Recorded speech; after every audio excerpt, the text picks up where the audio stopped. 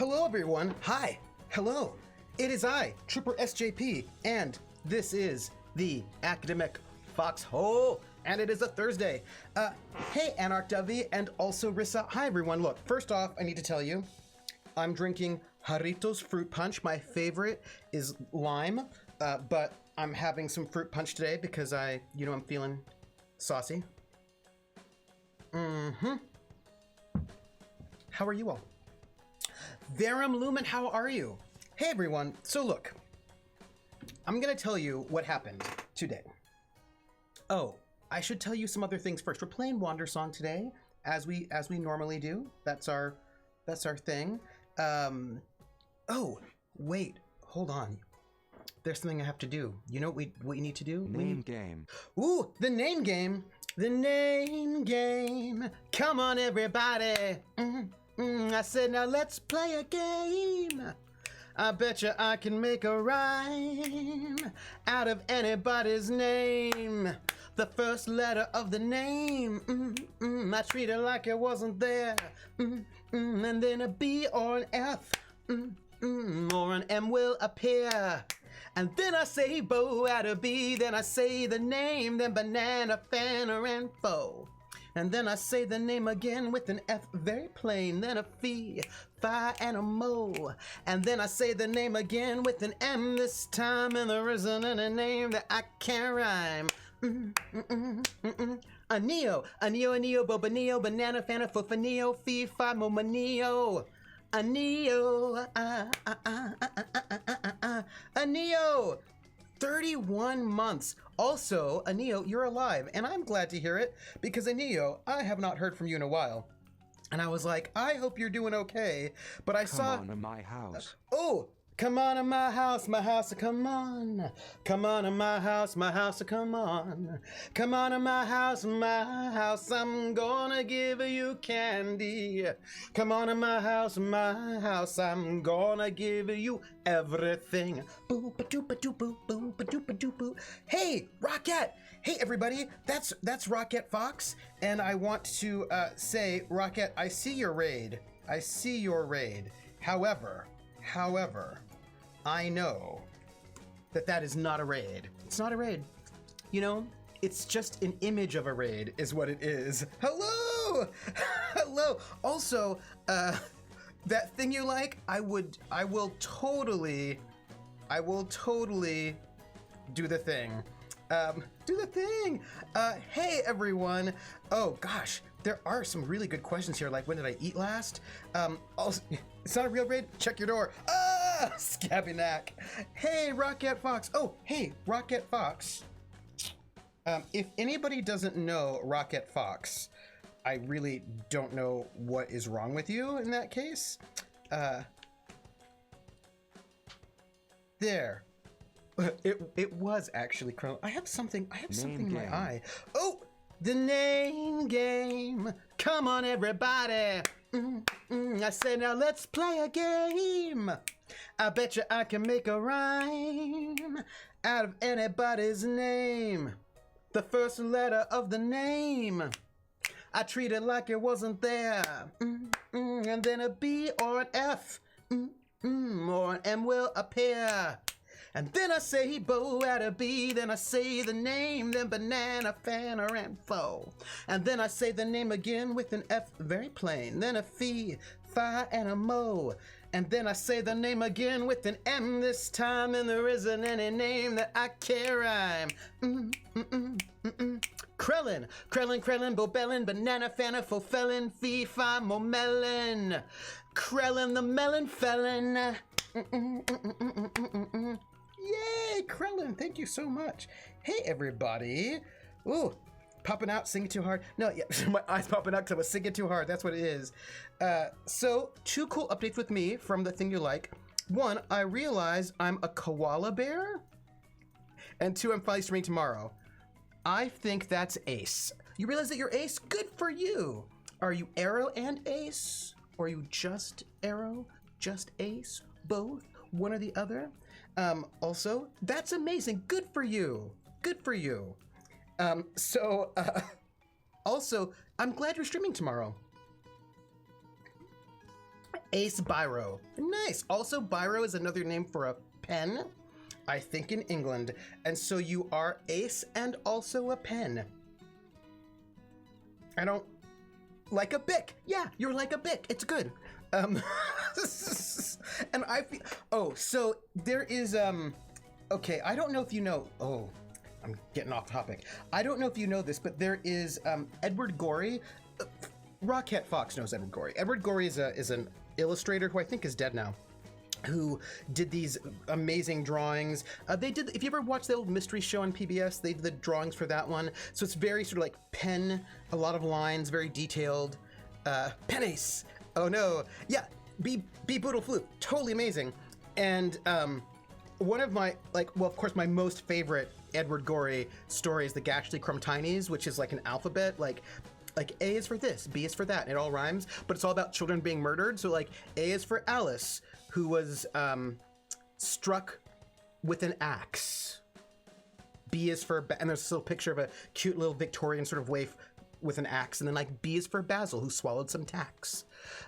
C is for Clara, who wasted away. D is for Desmond, who fell out of a sleigh.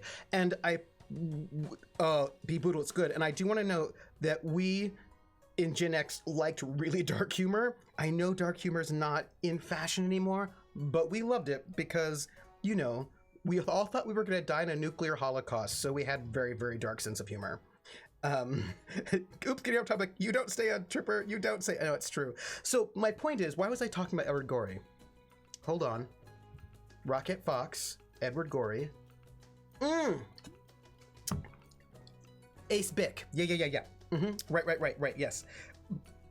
Here's why. That's my favorite, but my other favorite, there's this one called An Inanimate Tragedy, where these pens,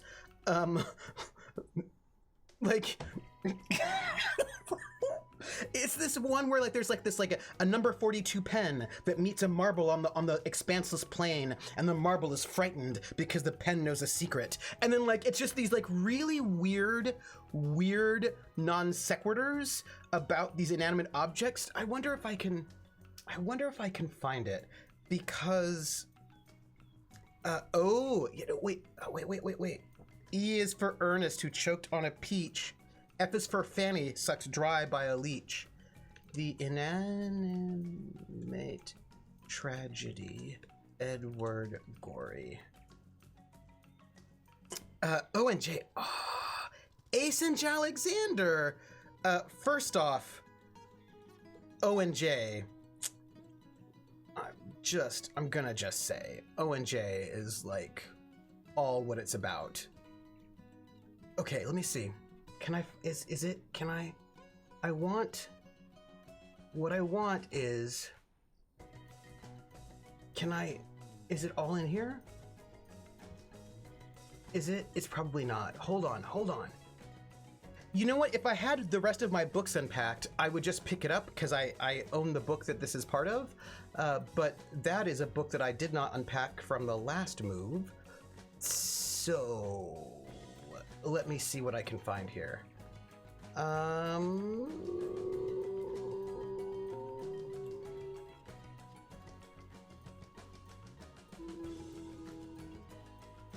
Let's see. Is this it? Will this do it for me? Yes. Okay. I like dark humor. Gen X gave us the dark Gen X gave us a lot of stuff, including Heathers, by the way. Like Bo Burnham's brand of dark shock comic. Oh, I don't know that. Or do I? I have Dracula's stage design book as done by Edward Gorey. Ooh, Rocket Fox. That sounds amazing. L is for Lee, who swallowed some tacks. M is for Maud, who... No. B is for Basil, who swallowed some tacks. L is for Leo, who...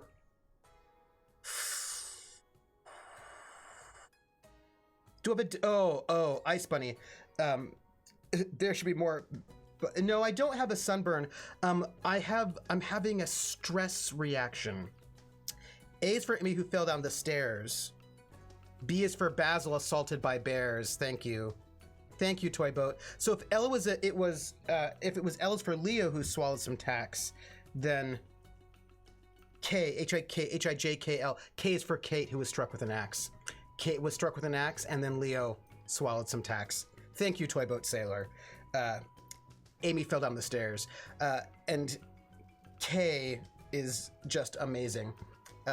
Because Kate is like all dressed in white, and she's all blonde, and she's in the snow, so everything is white except that she's got this anyway. Yes, the object lesson and the doubtful guess, that's a good one. So, Inanimate Tragedy. Yeah, so basically I'm having I just think that my color's a little bit off in general, but my face is all like red because I'm a bit stressed out with the move. That is just, sometimes that happens, you get a little bit stressed and then your face is like, bah, like that. So, Inanimate Tragedy. I'm just gonna read a little bit of it to you because I love it so much. Fingers of your face, you make it worse. Well, I'm not really touching my face much. So, death and distraction, said the pins and needles. Destruction and debauchery. Almost at once, the number 37 pinpoint returned to the featureless expanse. It encountered the glass marble, but neither recognized the other. The two-holed button concealed its apprehension. The half-inch thumbtack told the four-holed button what had happened. Duplicity and desolation, said the needles and pens. Dissolution and despair. Quickly, the knotted string decided to wait on events. The four-holed button came to it with a sinister proposal. No, I think I just got something in my eye. Wait, I don't want to see. Okay, wait, next one. Okay. The two-holed button overheard them unnoticed. No sooner than it had withdrawn than it ran into the glass marble. The knotted string appeared and the two-holed button fell senseless. Discomfort and damage, said the pins and needles. Doom and discrepancy. Incontinently, the four-holed button approached the number 37 pen point with another sinister proposal. The half-inch thumbtack informed them what had taken place. The glass marble regretted its actions. The number 37 pinpoint and the knotted string confronted one another. The dishonor and depredation, said the needles and pens. Degradation and dismay. Immediately, the number 37 pinpoint, now ruined, and the two-holed button fled. The half-inch thumbtack acquainted them of what had transpired. The two-holed button found itself alone. The glass marble, mistaking the number 37 pinpoint for the four-holed button, pushed it into the yawning chasm. When it saw what it had done, it went mad and rolled off the edge. Danger and deceit, said the pins and needles. Defeat and disaster. Promptly, the knotted string surprised the four-holed button. In the struggle, they went over the edge together. The half-inch thumbtack made known to the two-holed button what had occurred. The two-holed button threw itself over the same spot. The half-inch thumbtack looked around and fell down lifeless. Depravity and disappointment, said the needles and pens. Disappearance and damnation. Forthwith, they too flung themselves into the yawning chasm. And that is An Inanimate Tragedy by Edward Gorey that I love very much, and I really can't tell you what's up with my life that way, because I love that. Like, I really do. I think it's amazing. Ooh, photography tomorrow. That sounds great. Ooh, that's so cool. I wonder what that will look like. Ooh. Did I have news? I did. Rissa says that there's pretty sure that I have news. I do have news. Yeah, I'm a little red today. All right, so first off, our giveaway. Have you been out to his house? I have not, Vulpez. Vulpez. I need to go to his house on Cape Cod. Vulpez. I've never been to Cape Cod. If there's an Edward Gorey house and it's a museum, I need to go there. Ooh. Also, by the way, there was a thing I wanted to do. Right, I wanted to do that. Nope, that wasn't it. It was this. And then also this. Because the Tiltify project is currently over, and I forgot to update my alerts. That's the worst. Hold on, I think that's Nightbot. I can fix that right now. While I tell you the things. Nightbot.tv. I demand an extra credit redemption. Trooper finds and reads a short poem story. Oh, well. Hello, Toad.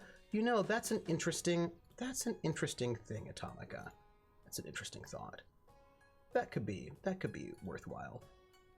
So, hold on, let me fix my timers. That's disabled. Disable that. Disable that.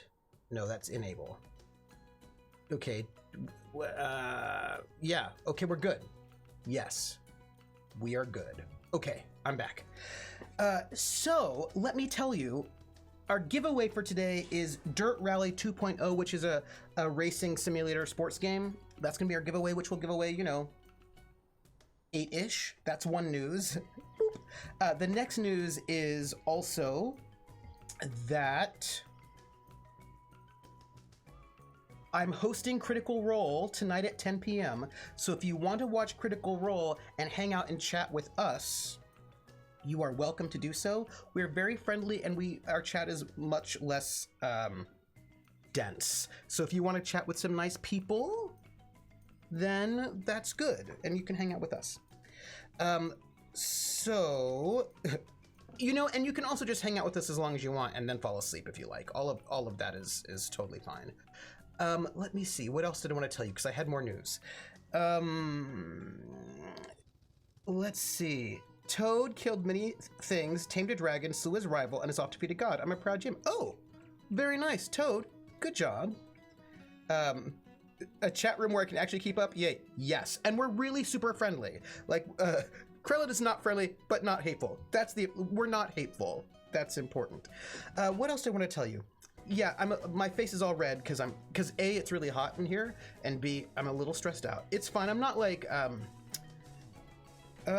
do I put this? When I get, I don't tend to feel stressed. My body feels stressed, but I don't feel stressed. I'm kind of like, whatever. But my body's like, no. And I was like, oh, okay. Iffy, no problem. The next thing I should tell you is that I think I'm going to cancel my Saturday stream. So there will be no Outer Worlds on Saturday because I'm probably going to be doing lots of packing. That's probably what's going on. So this is my last stream for the week, and I don't know when I will stream next week. So Tuesday I'm driving up to New York, and then I'm going to try to sort of figure out the internet, and my goal is to stream the week after next. So basically I probably won't stream next week, although I might. You don't know. It's possible. It really depends on how my internet goes. And so that's what that thing you're like, I can't play Outer Wilds because it's not Mac compatible. I checked. I would have, but I can't play it, and that makes me really sad. But after the last 2 sessions, yeah, I know. But I have more news for you all. I have more news. Okay. I have to send out a little letter to my Patreons, because I have a Patreon, and I send out a letter to my Patreon, like an after action report for the month, which is open. Anybody can read it if you want to. Like, even if you're not a Patreon of mine, you can go and read the after action report, because I don't really, yeah. I just feel like everybody can read the after action report if you want to. And it's like what I did in the last month and what's coming up in the next month. So, on the RPG front, this last month, I finished up season 1 of City of Light and Shadow. And did I get skinnier? No, I didn't. I did not at all. The military. I finished up the last season of City of Light, the first season of City of Light and Shadow, and so that was great. And for next month, and the name of I'm going to name each season. Each season's going to get a name like as if it were a book, and the name of that season is First Shots, because everybody killed somebody that season, and so everybody had now, as we know from Rocket Fox said, Sylvie has already killed somebody before, so it wasn't her first kill, but everybody else also, Regina did not killed people before as well. But it was all their first kills this season. So they all have their first kills this season. So, and I was going to call it first kill, but I also think it should be, first shots because they shot everybody, but also they made their first shots as like the resistance. So, right, we had season 1 first shots. So what am I going to be doing for RPGs next in July and August? Because it looks like we're going to start City of Light and Shadow in September. No, I don't think so. Hey, Drunken Scout. I did not get skinnier. Actually, I think I got, shots fired. Ooh, shots fired. Rissa, I like that. We're going with that. Shots fired. Yes, I'm writing it down. Shots fired. Season 1. Boom. They're not throwing away their shot. It looks like we're probably going to start season 2 in September, although we have to go and talk about it. Rocket.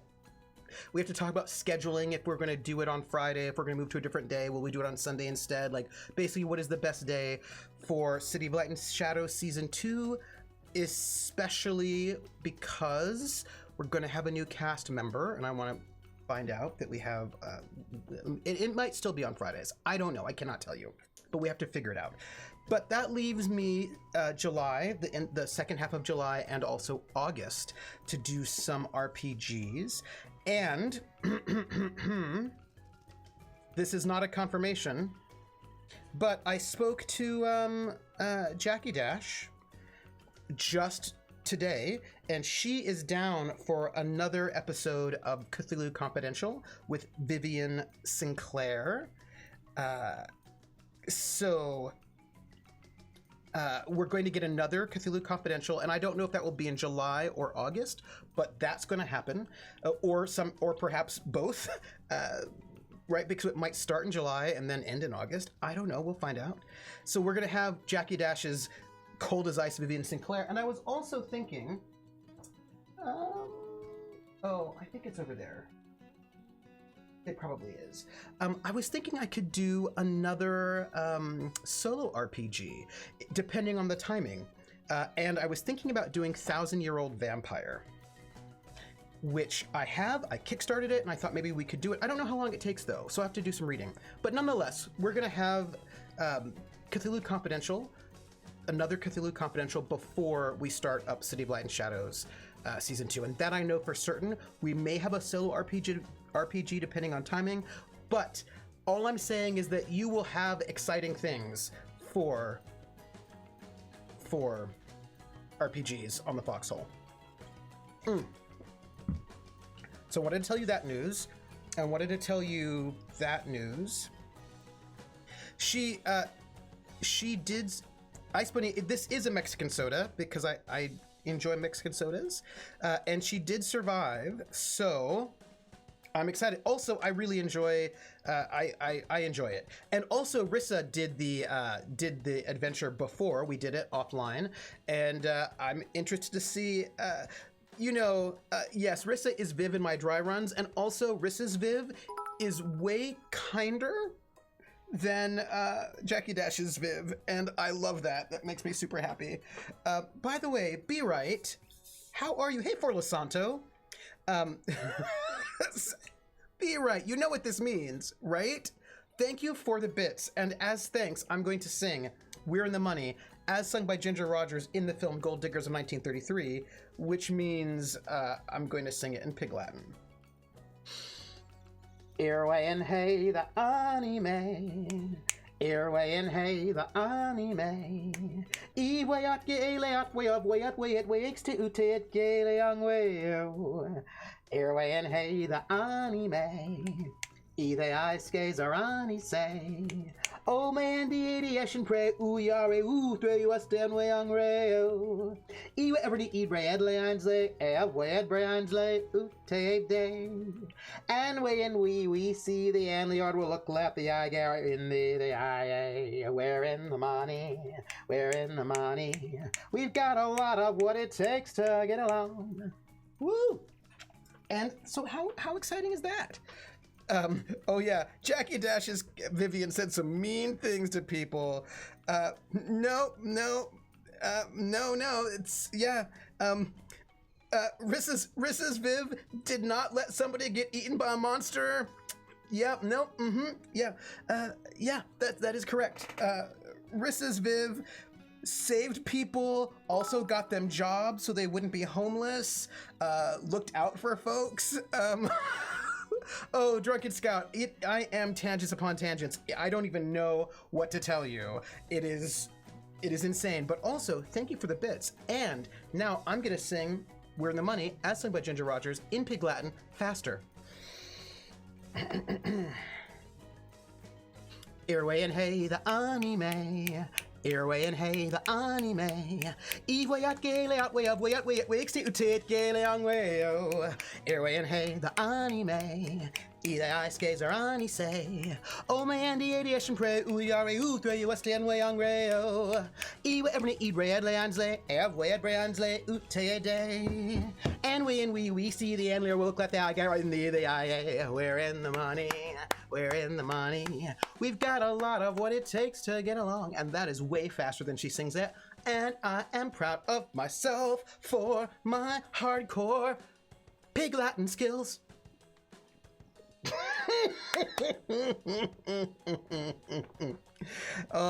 Yes. Ooh. I don't, thank you, Rissa.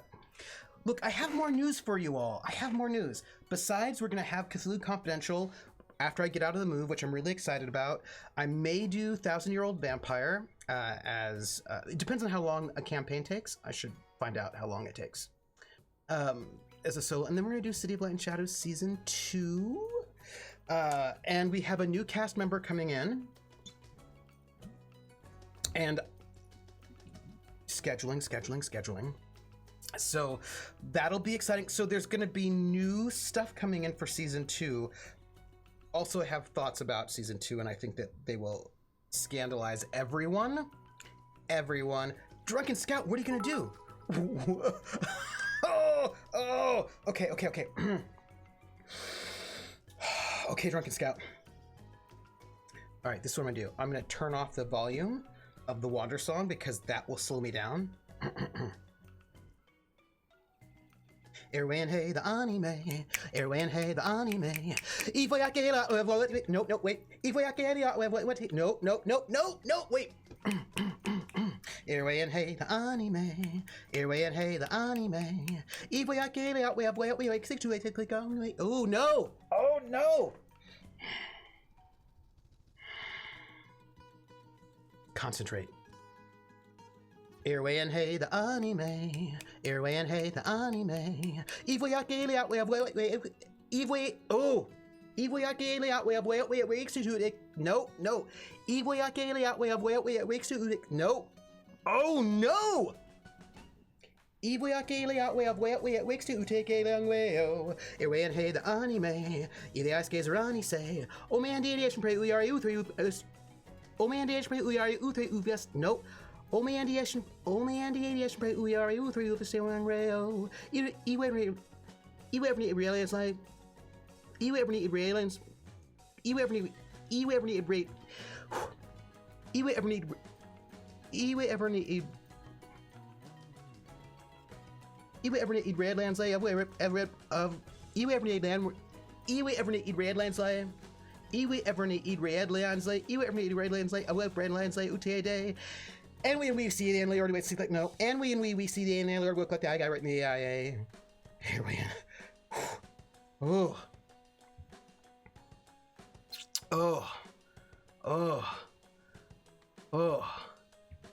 You know what? No. Not slower. Faster. I can do it. All right, hold on. Okay. Ice Money, did you get some movers or do you have to haul all the boxes and books yourself? I've got loaders. So I've got, because I have furniture that I cannot lift by myself. Like I just cannot lift my dresser by myself. That's not possible. And I have a hand truck. The hand truck won't do it either. So I've hired loaders. They're coming in on Monday and they're gonna load my furniture into a storage box, which is gonna be taken away. But everything else I'm gonna be doing myself. So basically, right? Okay. One run at normal speed, just a prime, maybe. Let's see. Oh, Drunken Scout, do not apologize. I love the challenge. Are you kidding? It's my joy. Okay. I mean, I wouldn't get help, but I just can't do it. But like, there are just some things I can't lift by myself. Like I cannot lift this desk by myself. I wish I could, but I cannot. And also Rocket Fox said that she would murder me with her psychic powers if I tried to. That's a literal quote. She totally said it. If she says she didn't say it, that's not true. Rocket Fox said, I will murder you. No, sorry, that wasn't the exact quote. The exact quote was, I will assassinate you with my psychic brain powers if you try to lift the things by yourself. Okay, she may not have exactly said that. That may not have been the exact words. I might have sort of added a couple of words that she didn't say to it, like assassinate and also brain powers, psychic brain. Like she might not have said those parts, but she did tell me that I shouldn't lift things by myself, which almost is, you know, it's basically the same thing. Oh, there's, you know, Scabby Neck, there is nothing shameful about lightening your burden for moving. This is true. But it's not about shame. She said she was going to show up on his doorstep with these guns. So it's not about shame. It's just that I hate to burden people is what it is. Do you know what I mean? Like, I never want to burden people.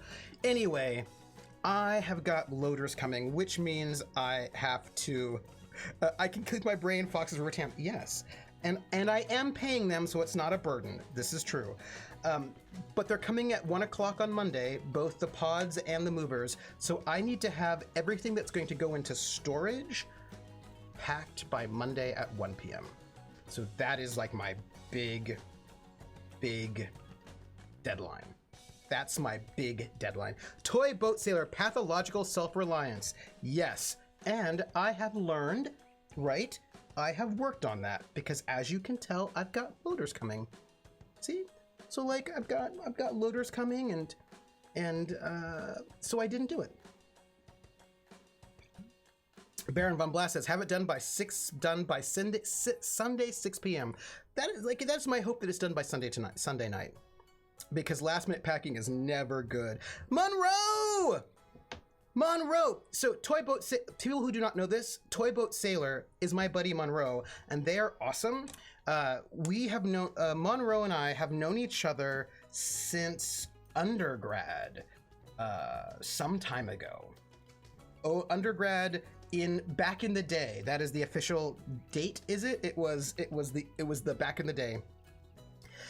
Oh, me too, says Verum. I hate bothering people, but also live in a house of men who move things they shouldn't by themselves, so please don't. And I won't. I will not throw out my back. I won't do it. I won't do it. Because that's no good, right? That's no good. 99? Yeah, 99. Which is 21 years. What? Yeah. That's wild. But so, you know, though, I think it won't be so bad with the unpacking because I'm not going to take a lot of stuff with me. I'm going to take just the game books I need, my tech setup for work and also streaming, the lights, the green screen, just the books that I need to teach and do research for the next year and a half, let's say. So just my research books, just my gaming stuff, maybe a couple of books for fun, but not many of them. I will not bring my CDs or my DVDs, even though I might need them, but I'll just deal with that. I will bring minimal kitchen stuff. Like I will probably pack up some of the kitchen stuff. I'll take some, but not all. And then my toiletries and clothes. That's it. Oh, and props. Costume pieces, but I'm not gonna take a whole lot of stuff. I'm not gonna take a whole lot of stuff. It'll be pretty mellow, right? Like that's gonna be what it is. So it won't be bad, I don't think. Last Century, what? Scabmax like the 90s was a decade ago. That's fair. I fell down 3 flights of stairs trying to carry an oak desk myself in April 1. Oh no! Toad! Don't do it by yourself! Don't do it by yourself. Don't do it. There is no one that I know that I have known for 21 years that is not family. Oh, you know, I've got a bunch of friends that I've known for a really long time. Ironically, 1 year ago, says Atomica, I used the powers of anger and hatred to move everything I own by myself, including checking a queen-size bed on top of my element. Oh, yeah, I'm not gonna, no one hurt their back. Yeah, no, I am saving my back and my knees. Any board games, says Aneo. I am probably not taking any board games that involve other people because I'm going to be living alone in remote Ithaca and probably will not be playing any games with anyone at all. I might not even see people. However, I will probably take a couple of games that you can play solo. I picked up a couple of solo board games, so I might bring those with me. So I'll probably bring something that I can play solo. It is hot, everybody. Yeah, so I'm probably going to bring something I can play solo with me, but probably not much. I think almost all my board games are going to go into storage. Yes. Affecting Hexenschuss is the last thing you need. Oh no! I am not going to throw up my back. Don't you all worry. I've got loaders coming on purpose. Trooper, you're amazing as always, says Rocket. I must recede to my magic den to gnaw on the bones of my enemies for sustenance at dinner time. Adore your face. Thank you. Speaking of, oh yeah, something I was talking about with Rocket Fox that I will share with you all. Just some gaming stuff. Freeze frames and zooms on Trooper's game shelf. No, but not all of it. Just some of it. Just some of it. There are lots of people in Ithaca. Yeah, but I don't know if I'm going to be hanging out with them, right? There are people in Ithaca, but I don't know if they're gonna be people I'm gonna play board games with, right? Because like, as you know, like as Scabbynack says, this social distancing, I might have to be in quarantine for 2 weeks anyway. You know. Yeah, no. Oh, I'm taking care of my back and knees. We don't. I don't know about Tabletop Simulator. Also, they're in trouble. You know, Tabletop Simulator is in trouble because they were not paying the games that they were. So you know. Okay, look. So Rocket Fox. They're in trouble. I was talking to Rocket Fox about the psychic powers. And I told her about a campaign that I would like to do, and she thought it was a good idea. And it's just that, you know, time.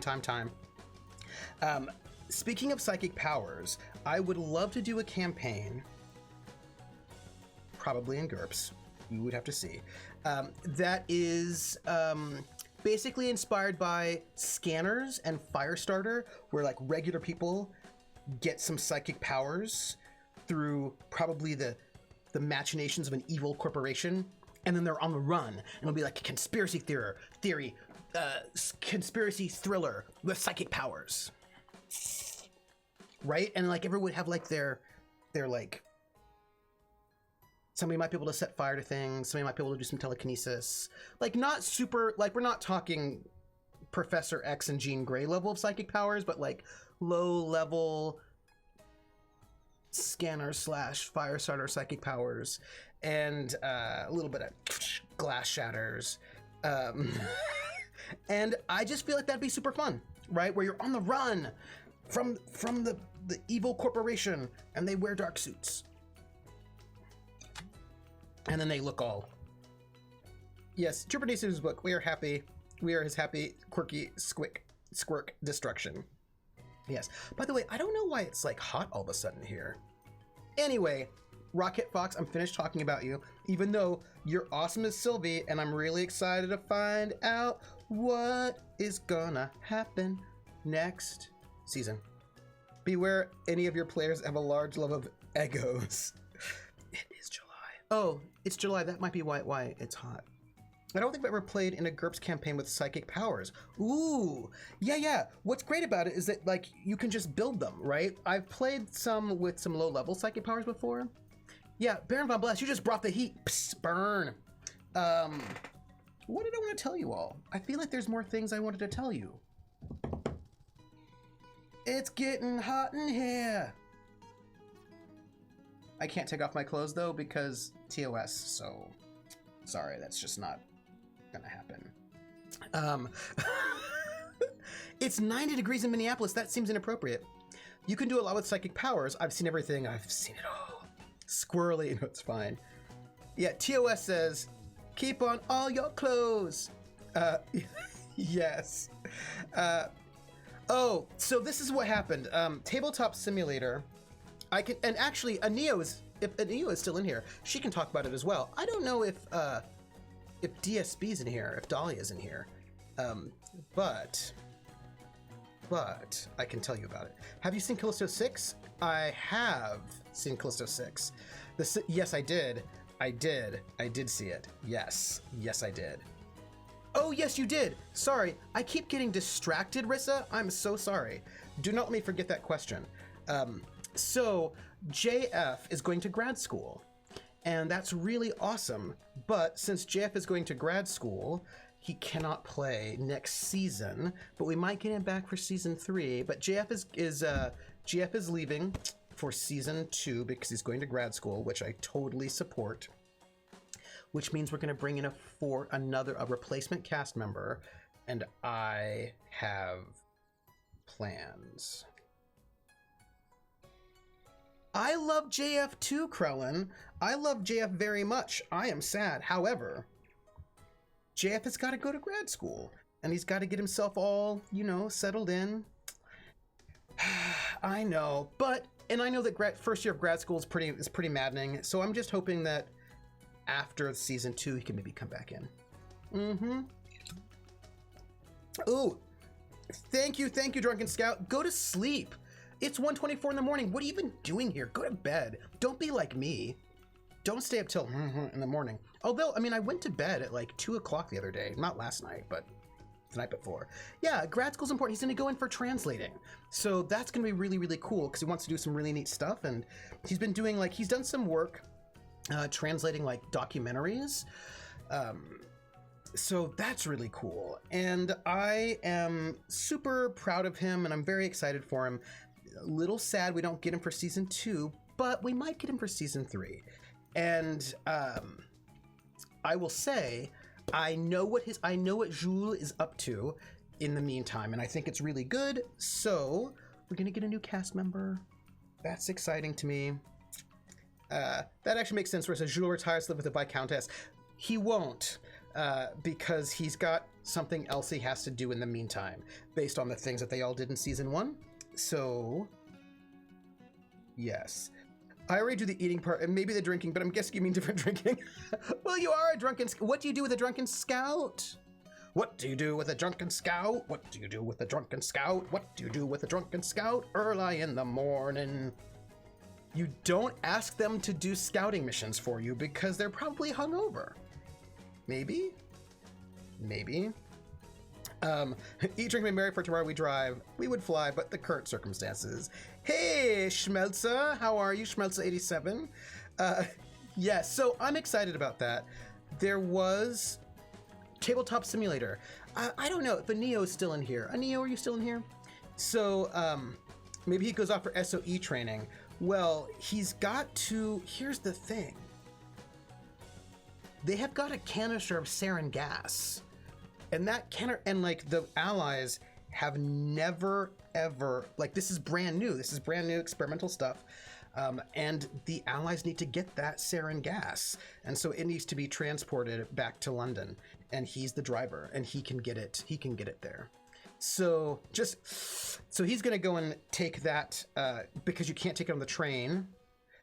And it will be too long for them to wait until they can maybe get a Lysander plane to come in. If they can, it might be a little bit dangerous. And so our Jules is going to drive that, and the 2 refugees they have in the bar, is going to take them across the Pyrenees into Spain and then up into London, and then he will come back.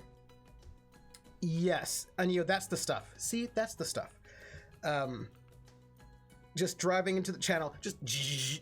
Well, if he has one of those cars that James Bond had, that's like a car, but then it turns into a boat, then he'd be fine. Then it would be totally fine. Yeah, so basically, a lot of with just drive through the channel. So with Tabletop Simulator, a lot of people were playing the various Asmodee games, right? So like Arkham Horror, all the various sort of games, and so people would like not buy the games, they would just play them on Tabletop Simulator. And Tabletop Simulator wasn't doing anything to stop that, nor were they paying Asmodee for the presence of their games on Tabletop Simulator. And I think Asmodee and a couple of other companies reached out to them and they're like, hey, our games are all over your thing and we want you to pay us for them. And Tabletop Simulator is like, why should we pay you? This has nothing to do with us. It's just fan-made stuff. It's not us. It's just the fans that are doing it, so we have no responsibility for that. And then so Asmodee's like, nope. And Ace Alexander, yes, Asmodee owns 70% of all games, right? Because they are... Somebody's watching me. Oh, shared silence. I always feel that somebody's watching me, and I have no privacy. Whoa, I always feel that somebody's watching me. Tell me, is it just a dream? Thank you for the follow. I had my volume down low. That's why I couldn't hear it. Yeah. Welcome in. Thank you for the follow. Welcome to the foxhole. We're very friendly. Free harbor laws means they have to take down the violating stuff to have no liability. Yeah. So they basically got in trouble, and Asmodee took down all of their like Fantasy Flight stuff and maybe some of their other stuff as well. So I know that there's some tension there. Yeah. Which is a bummer. And of course, people in the Arkham Horror community are super irritated because Steam Workshop's are the one hosting it, though. It's a good question. Oh, good night, Drunken Scout. So what happened was that they did the takedown once the coronavirus thing started. I think what happened was that they kind of let it go. You know what I mean? They were like kind of just letting these things go. And then... Name game. Oh! Drunken Scout! The name game. Come on, everybody. I say now let's play a game. I bet you I can make a rhyme out of anybody's name. The first letter of the name, I treat it like it wasn't there.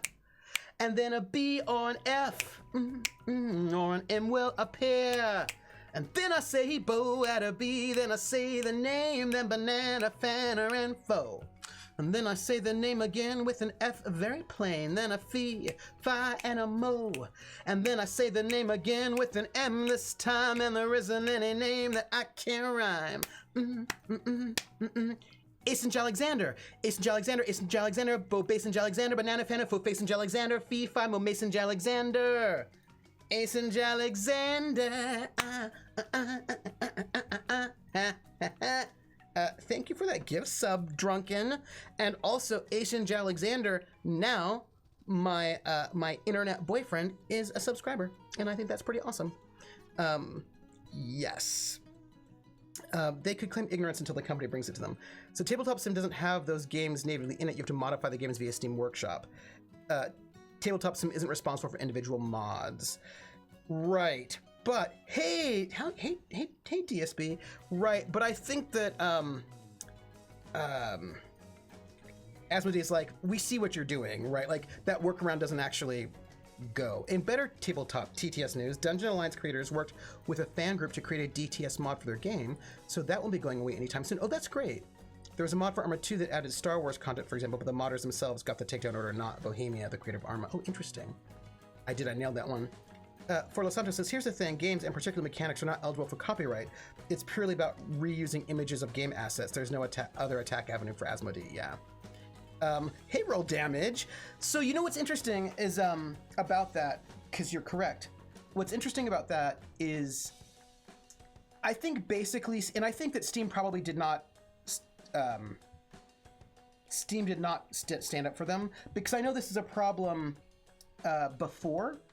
So there was a whole thing about visual novels on Steam, because before, when Steam did not allow X-rated things on Steam, people would put these visual novels on Steam that were not X-rated, but you could just go and then get an unlock code from their website, which would then make the game X-rated. So it was technically not X-rated, but you could just make it X-rated by really easily. And Steam was just like, no, you can't do that. And they just, like, even though it wasn't technically, but they could get around it, Steam didn't like it. So I think that Steam is not... Anyway, so it was a bit of a thing. Although now I think you can have X-rated games on Steam. I think they changed their policy. Yeah, I'm not sure, but I think the Steam Workshop interface allows the publisher to nix bad content, which frees the liability from Steam. Oh, no, that would make sense. But, you know, Tabletop Simulator didn't do any of this. There's a reason why I'm not going to the game screen yet, because I wanted to tell you something else, but I will do it anyway. Because I have to look, I have to look for this frog, and I think it'll take a while. And I think I just need to like wander around the screen talking to you about copyright. So I think that's actually totally fine. I think all I need to do is find a frog. So I'm just gonna walk around trying to find a frog. Yes, you can have adult games on stream. You can now. You couldn't for a long time. It used to be that you couldn't, but now you can. There was like, and the thing is, there was like a whole bunch of hullabaloo about this because they would like nix the visual novels, but they wouldn't nix things like Witcher 3. And so people were really upset about the fact that they were basically coming down harder on indie games than they were sort of AAA games, which was true. So, but then they decided to basically leave it. So they had like really inconsistent policies for a while, and now you can have it. And more explicit than just Honey Pop, yeah.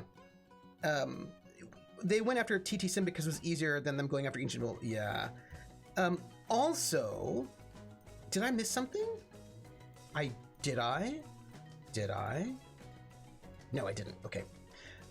Also, though, what's interesting to me, and DSB and Aneo and I had talked about this before, is that, oh, no worry.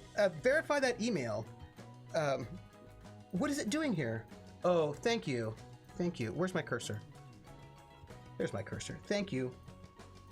Whoop, whoop. There we go.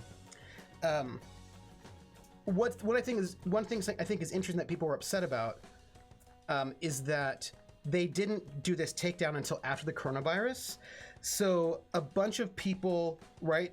Basically, people were playing the game, but then they couldn't play it with their friends in person because of the coronavirus, and so they all went to Tabletop Simulator to play. And I think it was probably that influx of people going into Tabletop Simulator during the coronavirus which caused Asmodee to act. But the fans were super ticked off because Asen says, it also begs the question, is Asmodee working on some TPS imitation so they can be making them? I feel like they have to be, Asen Alexander. I suspect that's probably what's going on, right? But they don't have a good track record of making great online games. Some of them are pretty good, some of them are not so great. And the thing is, a lot of people are really upset about, like, I remember the Arkham horror community was really mad because a lot of them, like, we own the game, like, we've already bought it, we just cannot play it because of Corona, and why would you do the takedown now, right? Like, why would you in this moment when, like, you're just kind of being a jerk, Asmodee. Asmodee has digitized a lot of their games, but they're not great. Their Elder Sign is pretty good, but their Game of Thrones is not very good. Because profits. Nobody there attempted the Lord of the Rings game was a flop. Oof. They've not done really good. Hey, theater nerd, it's so good to see you. Collecting stuff for a potion. I mean, we go into the forest and pick mushrooms and stuff. This is kind of like that. Were you always really grumpy as a kid too? So we're gonna try to find out where this frog is, and I suspect the frog is outside of this place. I don't know if that's true though. So I just want, if you happen to, I'm gonna just wander. So if you happen to see a frog, just let me know. Ooh. The frog was inside us all along. Okay, look, so I want to talk to you all about something. Oh, you just got, oh, it was just a sis. I just got home from the doctor. Oh, I'm glad to see that you're, I see you, Neo. I see you. I see you messing with me. I see that. I see you. I don't, yeah. So I wanted to talk to you all about something. I'm in a space right now. Speaking of TTS's roll damage, reminds me of something. Have you heard of the Table Spire app that's supposed to be coming out later? No, I haven't. Is it? Tell me about it. Give me more information. Also, I really, really suspect that this toad is not in the city. This frog? Frog and toad are friends?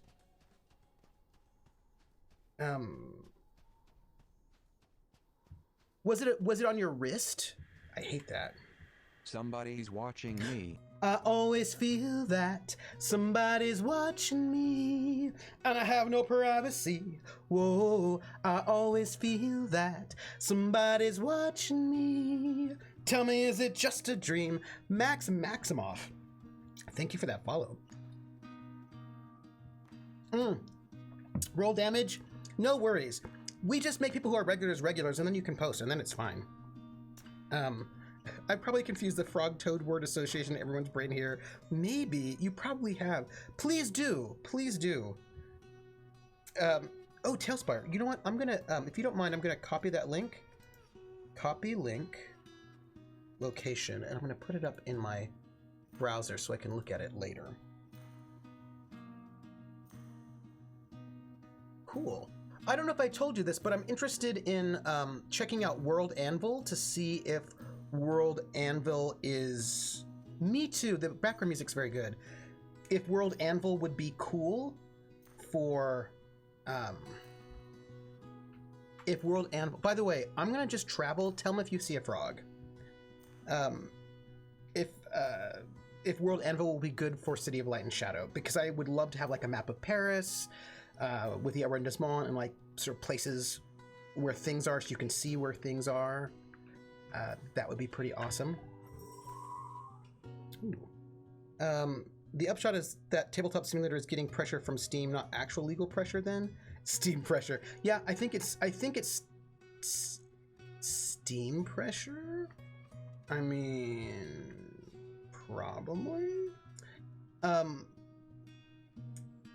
So let me tell you what happened. Something happened to me the other day, and I wanted to talk to you all about it because y'all are my buddies. So you some people know this, some people don't know this, but I have more than one Twitter.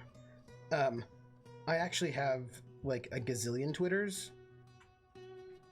So it does not look like the toad is out here.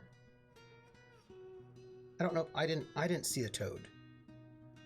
Admittedly, I was looking at chat, so I could have missed it, but I did not see a toad.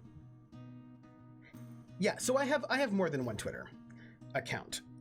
I think I have 5 Twitter accounts, one of which I have not dealt with. So I have 5 Twitter accounts, but one I think actually I shut down. So I think I still only have 4. I have Academic Foxhole, which is my. I think one of them is done. Krellin, I think you know all of them. I think you do. One is done. It was one I had way back in the day, but it was for live tweeting video games, and I just don't need a separate Twitter for that. So that one's gone. But I've got Academic Foxhole, which is my online one. I also have Trooper SJP, because I took that because I thought, oh, maybe I might need that one just in case, right? Like I should probably also have that one so that people do not, I don't know, it might be important, you know? And then, yeah, yes. And no, I did, and I also have, yes, Foxhole, Trooper PhD, and also Saddle Street News, which I still have. So those are the 4. And all right, so I did not see a frog outside. Let us see. This person, maybe? I think this kid is holding a frog. This kid is holding a frog. Yeah, and so then I've got so that's it, right? The Sale Straight News, which I haven't gotten rid of, but I'm not posting that one because corporate sense is done. Academic Foxhole, I took Trooper SJP just in case. By the way, I also have Academic Foxhole as a Twitch account. I got that one too, just in case. So I have both Academic Foxhole, the Twitch account, and then also Trooper SJP, in case I need it. Just like, I don't want randos taking it. Anyway, so I have my academic one, and I posted a Twitter thread. You know how I post Twitter threads over on my regular one? And I was like, that's cool, whatever. So I posted a Twitter thread over on the academic one because I had an academic thought that I thought I would share over there. And it has sort of gone viral, but in an academic way. So like, not like a real person way. I'm gonna do it. So it didn't go viral in like the way that things go viral. You're pretty sure you unfollowed because I don't post on it? I'm not mad. Academics are not real people. No, I'm not even offended. I don't even offended. Yeah, so I post this thread over there on my academic one, and it went academic viral, which is interesting because one, not as many people as like real person viral, but yeah, no, that's fair, Krellin. Slim down your thing. But academics like to talk, and so there's a lot of engagement on that thread, even though it's not liked as much, but people are all over that thread.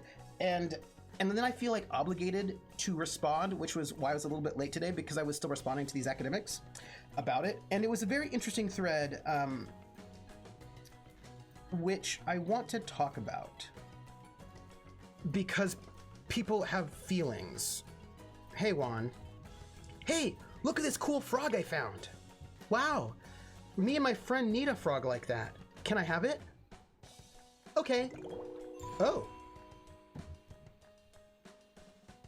That was really easy. Oh, okay. Thanks. Hey, can I ask you a question? Sure. Are you a dork? Huh? 'Cause you look like a big dork. With your silly hat and feather. I'm a bard. Ha ha. But that's rude. Swords are so cool. I want a big sword like the hero has. It looks so much fun. Swing. Fwah! Oh, well, okay. Yeah. All right then. Well, okay. Let me go find Miriam, who I think is over here somewhere. Or maybe she's not. Miriam, where'd you go? Trooper, can I say one of my favorite things from Gen Con was the music conversation with karaoke? Yeah, Lala is a dork, and I am into it. So, also, Theater Nerd, I loved having music conversations with you. It was awesome. So, where is Miriam? No? Academic viral sound like the Danes assume that some of the actors are known outside of the Denmark and no one knows their faces. Yeah, I'm Bard Simpson. Eat my shorts. Yes.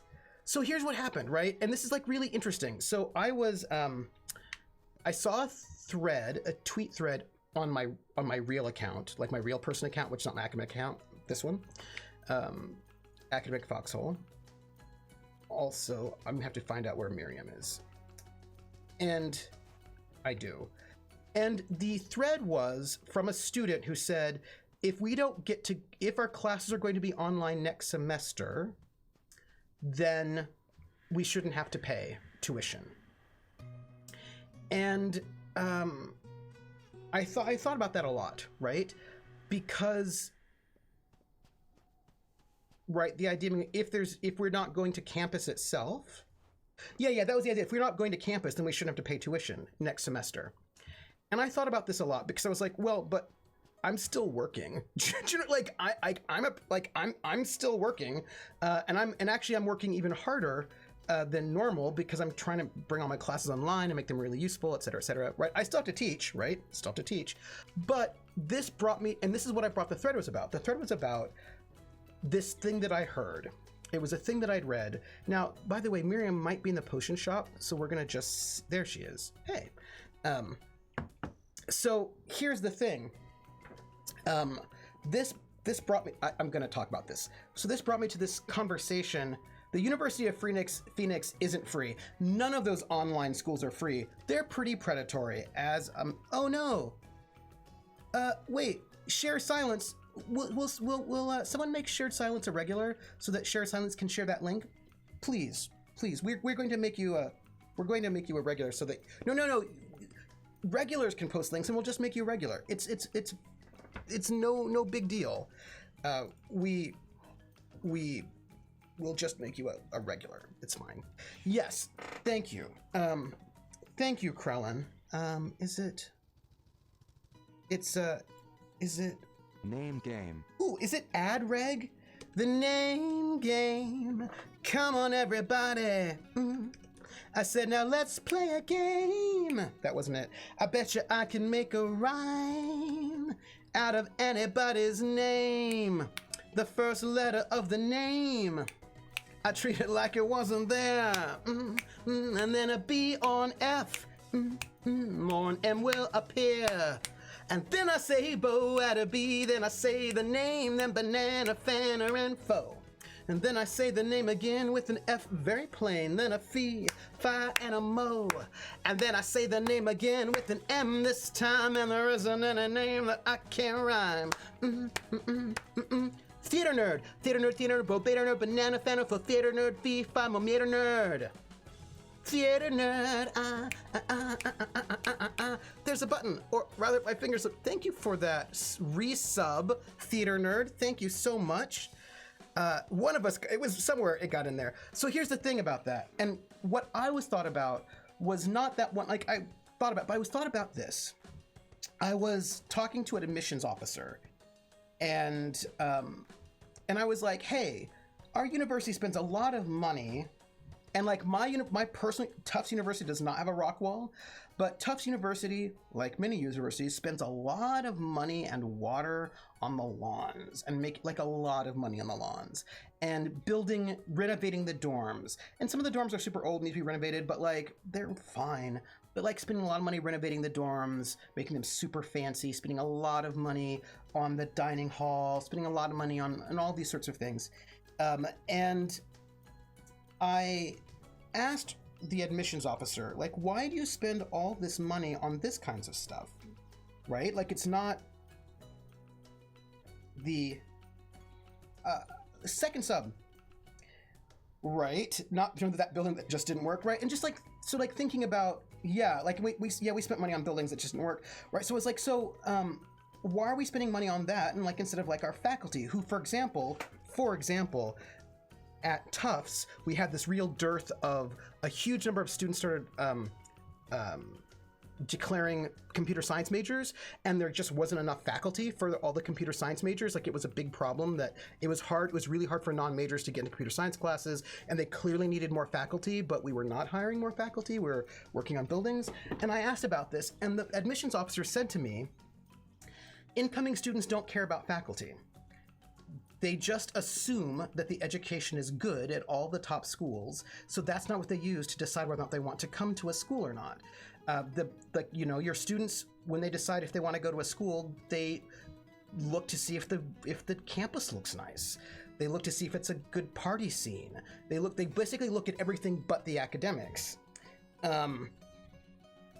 Yeah, and I thought, and first off, I just thought that wasn't true. Right? I was like, that's not true. And they're like, and because we want to get the best students, and because the best students don't actually evaluate academics when they're deciding what school to go to, we have to spend the money on these other things if we want to get the best students. And I just didn't believe that. Like, I just didn't believe that was true. I was like, that can't be true. Right? So I started asking my students, and they basically said it was all true. And they said it for different reasons, of course. Some of them were like, yeah, no, I just decided based on,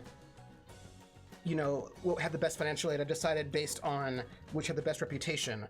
I decided based on, like, I just want the piece of paper. Like, they all had reasons, but quite a few of them just didn't know how to assess a major, like how to assess academics. They didn't know how, right? How to tell if the academics in a school were good, so they didn't.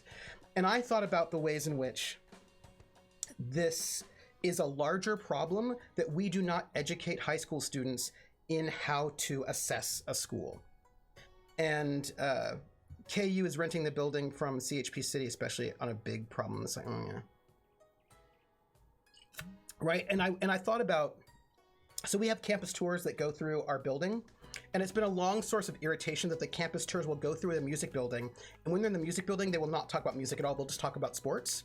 They'll talk about our football team because you can see the football field from the music building. So they come into the music building because it's air conditioned, and then they talk about football, and we're like, we are a department, like you could talk about us, like we've got a lot of cool things here. No? And so the ways in which like a lot of the campus tours don't talk about academics, and I remember that too. And so what it was about I was thinking about the ways in which we do not educate students on how universities work, right? Many students don't know that the university is dismantling the faculty, the professoriate, that they're just not replacing faculty when they retire with more tenure track lines, and replacing them with part-time adjuncts who get paid something like $3,000 a class. But they can only be part-time because they don't want to give them benefits. So maybe they teach 2 classes, so they earn $12,000 a year. Maybe, if they're lucky, they might only make $6,000 a year, and they have to teach at like 4 different schools, and they have no offices, they have no healthcare, and these are the people that are teaching our students, and they may be really brilliant teachers, but they're not going to be there for long, so they can't do advising, they can't help you on research, they can't go and write letters of recommendation because they're not going to be there. That basically this dismantling of the professoriate is going to have a negative impact on our students and their quality of life, but because our students don't choose their schools based on education because they don't know about it, because no one teaches them about it, there's no pressure from the students to change anything. And so the universities continue to like dismantle professoriate and spend money on these kinds of things. Are your students not 18 in the first? It depends on the student size, Bunny. It depends on the school. I started college at 25, so some of our students are not 18. Some of our students are older. It depends. We get a lot of people who come from the military who like do 4 years in the army and they're 22 and they start college then. It sort of depends on your school. And then also like in community colleges, we'll have a lot of people who are like in their 30s. Yeah, it's all like, yeah, it's all about the PR and the brand game because that's what gets the students to come. So that's what they concentrate on. But then they like basically screw over the faculty.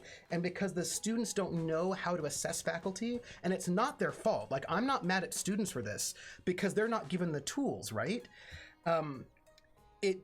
The students don't get to be advocates for their education in that way, which then only hurts the education. A lot of undergrads come in as frosh without knowing what their major will be, so some don't know who to look at. You know, next of kin, here's what I'm going to say about that. Yeah, I know because I went to the most PR campus, which was the University of Oregon. Ooh. And the thing is, you don't have to know your major to know how to assess the educational environment of a school. And I didn't say this I didn't say this in the initial thread, but I thought about this a lot, that actually there are students who do know how to do this assessment, who do know how to do complicated assessments. For example, athletes. Student athletes are taught how to assess schools based on how good their athletics programs are. That's not in the US News and World Report, but they certainly know how to assess. They know all the little metrics on how to assess whether or not that school's gonna be a good school for them for athletics. And they know, like, even if they're in like a more random sport like lacrosse, they know how to do it because they're taught how to assess a school based on athletics. And I will tell you what, music majors who want to go to a conservatory, they know. Engineering students, they know. So a number of those schools, but the general student is not taught how to assess a university's educational component. And they're not given that information. And I think that's a problem. At KU, you have a 1 hour semester. You can get help from your professor, something like office hours. And like, oh yeah, but we have office hours, yeah.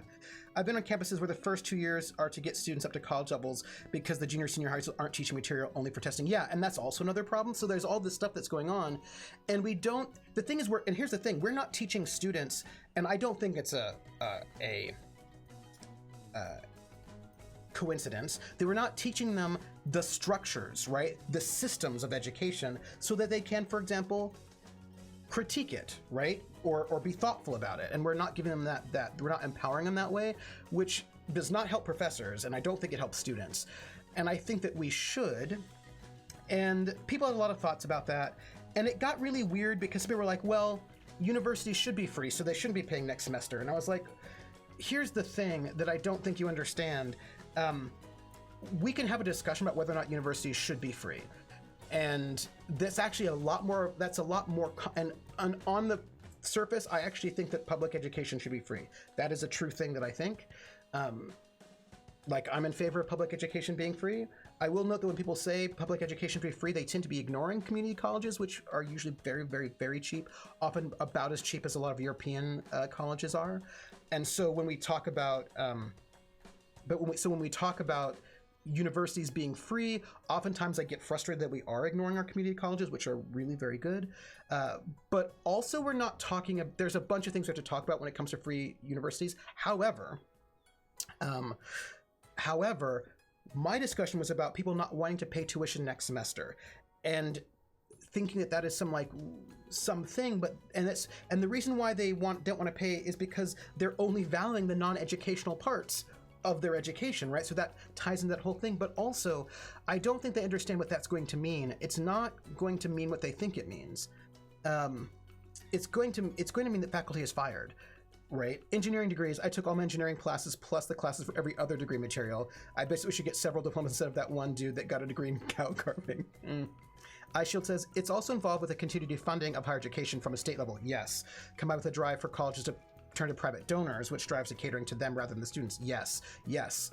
Or also corporations, right? The major issue is high schools and colleges have been money-making institutions instead of educational institutes. Rissa says, I know of the main deciding factor for where I could go is how close to home they were. Yep. Mom and dad could barely afford me to go, so they couldn't afford to put me on campus. Yeah. Maybe there should be some penalty for making these great universities online next year, but not paying tuition is crappy for the people that work. Room and board is bad, but books. How to get universities to care. Yeah.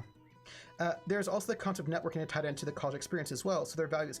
Yeah. So I mean, the thing is, college. And I'm going to tell you something, right? There's a reason why a lot of the online colleges are not good, that they're scams, because they're actually not educating you well. And there's also a move from some universities to open up online parts for basically poor people, right? So they'll get the money from the poor people and give them a substandard education, and no networking, and no mentoring, and no connections, and no, none of that, and then just keep the campus for their rich students. So we have to be really careful about what that's going to do. Worrisome. But I was trying to point out that if universities, all this, and somebody was like, well, they just don't pay for the rock wall and the gym. And I was like, yeah, you don't understand how finances work. Because this is already happening. I'm already seeing it. Because even though universities are still making people pay tuition for next semester, a lot of students are just taking the semester off. They're not coming back. So universities are losing a lot of money for next semester.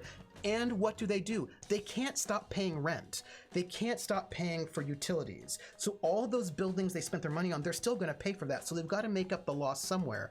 Where do they make it up? They make it up in faculty and staff. And not administration, but working staff. So all of a sudden, secretaries get laid off. They don't hire, they just let go of the adjuncts. They don't replace classes. And so the educational part gets shrunk because we are expendable. And part of the reason why we're expendable is because students don't ask about us when they start looking for colleges, right? Students don't pay attention to us when they're applying for colleges. So the university knows that they can kind of screw over the faculty because students are not really paying attention to the faculty until they get to their junior or senior year, or maybe after they graduate. So right now, universities are losing money from tuition, and they're just getting rid of faculty. That's it. And I will also say that the rich schools are gonna be okay. The faculty might not, but the rich schools we find because they have endowments. But women's colleges, historically black colleges and universities, small state schools, small schools, they're not gonna do well. They just might close.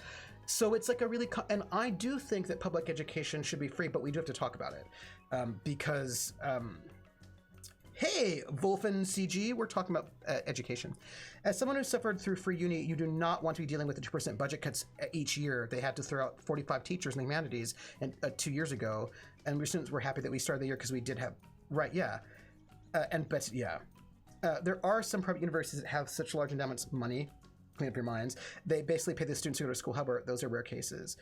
Yeah, and the thing is, those rich schools, I mean, I went to an expensive liberal arts college. I was not going to because I was like, I could never afford to go to an expensive school.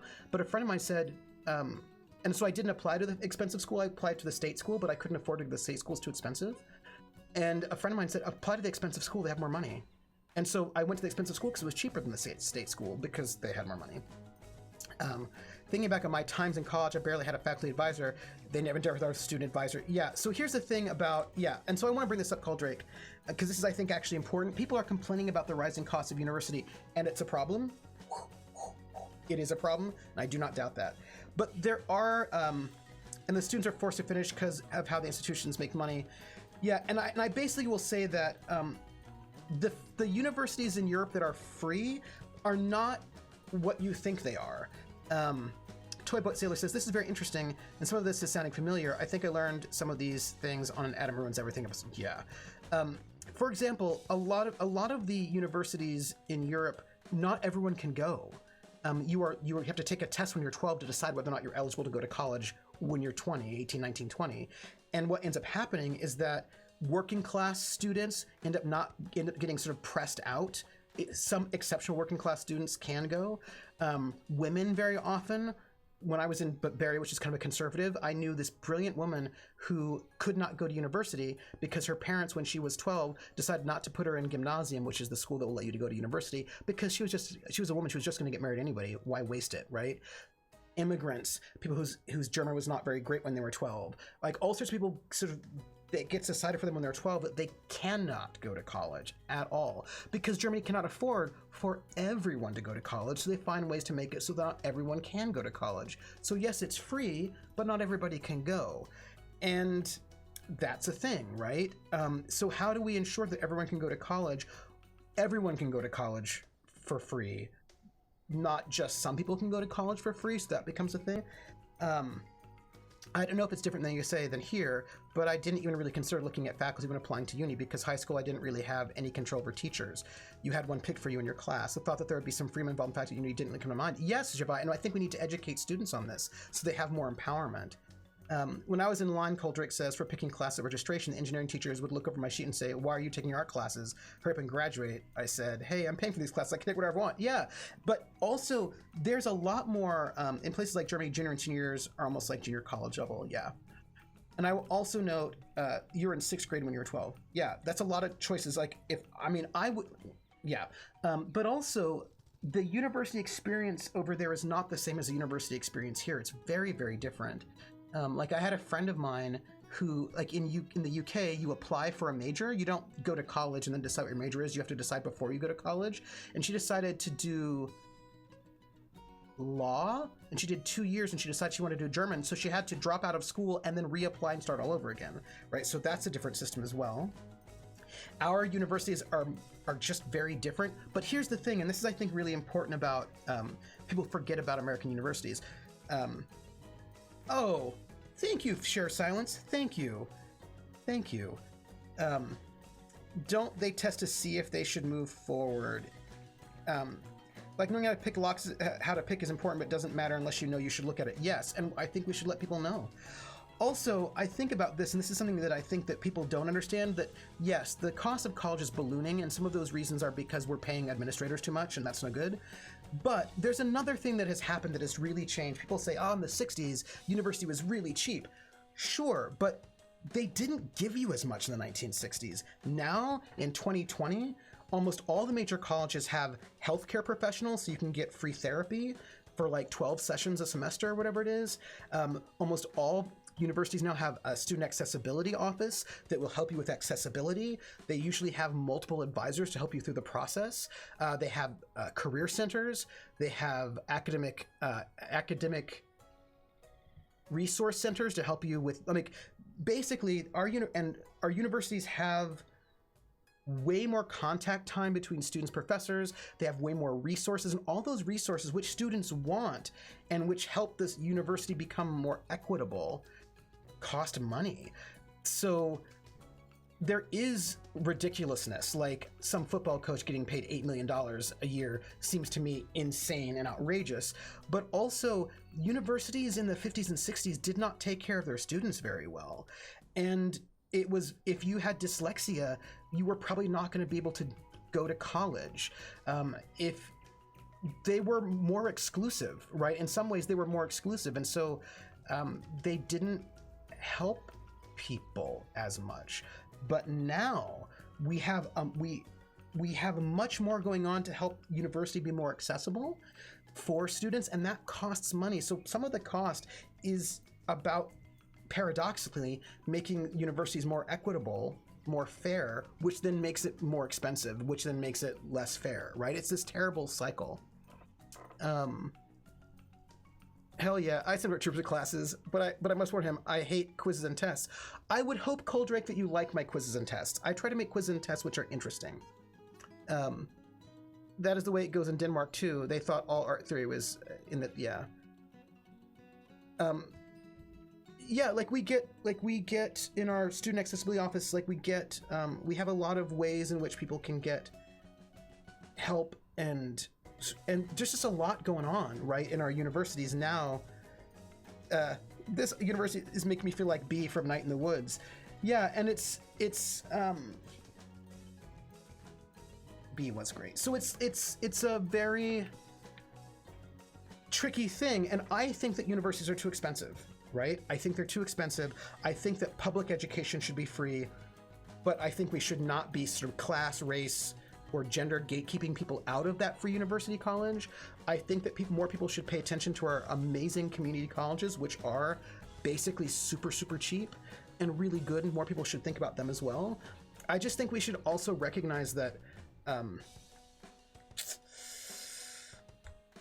and Ice Bunny can tell you, right, that she gets no contact time with the professors over there in Denmark, whereas I spend a lot of time with my students. I mean, first off, I have to do two hours of office hours a week, but I often do more, and I have a lot of contact time with my students, and I help mentor them, and what do you need? I will work with it, because that's part of what my job is. But Ice Bunny did not get that, right? And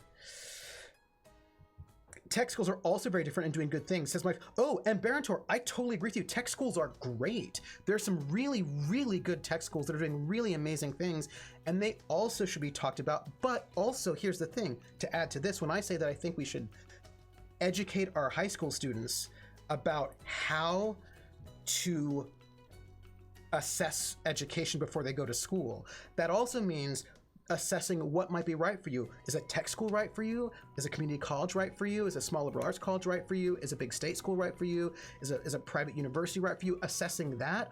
Also assessing tech schools, because just in the same way that, like, University of Phoenix is sketchy and is a bit predatory, there are some predatory tech schools. So we should be teaching high school students how to assess the education that they might get from a tech school as well, so they don't go to a bad one, or one that is not right for them. I would like us to, but the problem is, because of the testing culture in high school, a lot of our high school teachers don't have the time to educate the high school students on how to pick the best schools for them, because they've got to teach them to tests.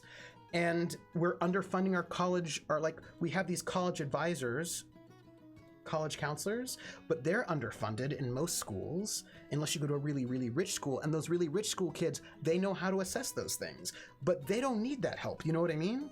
So there's a way in which we really have to think about how are we, and I think about this especially for first generation college students and for poor students who don't have ways to find out this information otherwise, and who then who are at a disadvantage because they're not being taught how to assess their education, and they're not in schools that have any kind of good funding. And so they don't get that information. I didn't get that information. And I think that it does a disservice to our working class kids and our poor kids that they don't get educated in what education's about. And I don't think that's fair, and I think they should. U.S. phase out tech high school and college, and now we're scrambling to build them back up. Wolf and CG says, I'm dyslexic. I got almost no support when I went to uni. Strangely, I failed the first year 3 times. Oh, that's terrible. That's terrible. Some did Coldrake. Here in Kentucky, we still have tech in high schools, but it's all done in one location, so they bus kids around for that specifically. Yeah. I'm UK-based, just so everyone knows. Oh, I'm sorry about that. And we do have, apparently something had to do with liability, and that tech things in high school is expensive. I did engineering, computers, and art, which is awesome. When my son was looking at classes at night college like Phoenix University, I was amazed at how lame their computer digital graphics degree compared to what I had was, plus charging almost as much as a standard 4-year degree without all the extra classes exposure. And here's the thing. Here are other questions that you could ask when you're trying to assess whether or not a school is good. What is your graduation rate? And University of Phoenix has a terrible graduation rate. Their dropout rate is super, super high. People do not graduate from the University of Phoenix at good rates, but they end up leaving without a degree and with huge amounts of debt because that's a predatory school. So like, how can we empower our students, especially our disadvantaged students, rural students, working class students, students of color, first generation college students, students for whom English is not their first language? How can we empower them to make sure they can get a really good education? That's, I think, really important. And like a U.S. News and World Report does not help them, or a school tour that says we've got a Quidditch team does not help them. I would say my uni in Scotland had a fair few of the benefits mentioned in the U.S. I hear that uni in Scotland is quite good, although uni in Scotland is only arguably free. Used to be at least all EU countries except England could go for free. English people had to pay. First year in US born and also first my family to complete university, but it wasn't a straightforward path. Right, and I think that we need to support students. When I was in high school ages ago, it was all about college prep, and I got some weird looks when I said I wasn't doing that, like it was what was expected by society. Yeah, and like, there's a lot of prep we could do, you know? All the thumbless woodworking instructors. Graduation and placement rate, yes. Hello, Ravennacht. Hello. We're talking about education.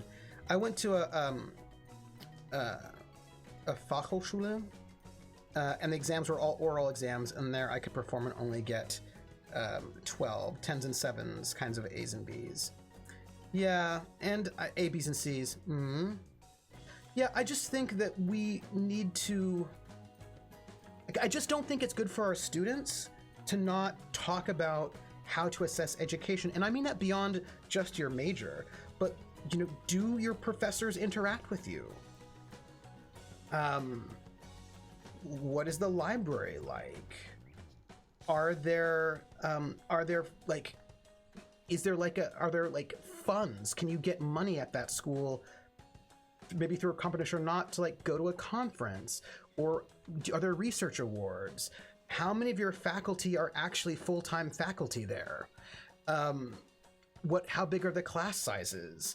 Like, there are just so many things you can look into. Test pressure would suck taking all oral exams. I mean, fumbling for words would be a nightmare. Yeah, there are people for whom oral exams would be really, really bad. Got all the ingredients? Heck yeah. Great. Let's see them.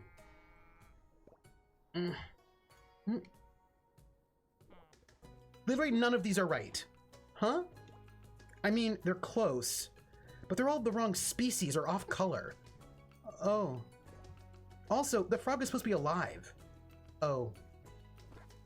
I can work with this, though. There's a pot inside the lodge here we can use. Hopefully the hero doesn't notice us. That said, I picked study in the arts, and I don't think anyone would typically encourage that, which is brave. Picking up dinner. Oh, I will see you for Critical Role, Anio. Good professors mean so much at uni. Notice that the hard way. Yeah, she is super judgmental and picky. I think she has a hard life. Yeah, and the thing is, I think that there are ways, if universities cared more about that they could help students. One, I think you could get that help in high school, but they could also help this in college recruitment. So, HF is the Danish short for higher pre-operation. That is high school for folks over 18 and kids that go to high school after 10th grade. So, for example, here's some things that could be done that I think would be valuable. So what I find, and I find this with a lot of my college students, they don't know what professors do. Many instructors never get up to date when it comes to stuff like medical nursing, so perhaps social sciences. Right, and Coldrake, partly this is because the university overburdens them with teaching. Like, so what is the teaching load of those professors? If their teaching load is 5 courses a semester, they're not going to have the time to go and keep up to date in medical nursing, also humanities and arts. If you have the teachers, do you have NC? And what is NC? What's NC? So if you have the professors teach huge teaching loads, they can't keep up to date. So that's no good. If your school, for example, does not support your professors going to conferences or doing research, then they also have a harder time keeping up to date, and that won't be good for the students. Yep, I didn't learn about many of these factors to look into until looking at grad programs. Right, so we can teach people how to do this. I just think that we should, and we don't, and that's not the students' fault. Do you know what I mean? Like, I'm not blaming the students. And the thing is, I will say this is something that I talk to my undergraduates. My undergraduates will sometimes say, oh, my professor doesn't do his job, he's doing research. And the students have not been educated on the relationship between research and teaching, and the ways in which having a professor who is up to date on research is good for them as well. You don't want a professor who's never present, but a teacher who's up to date on teaching is a great boon for students.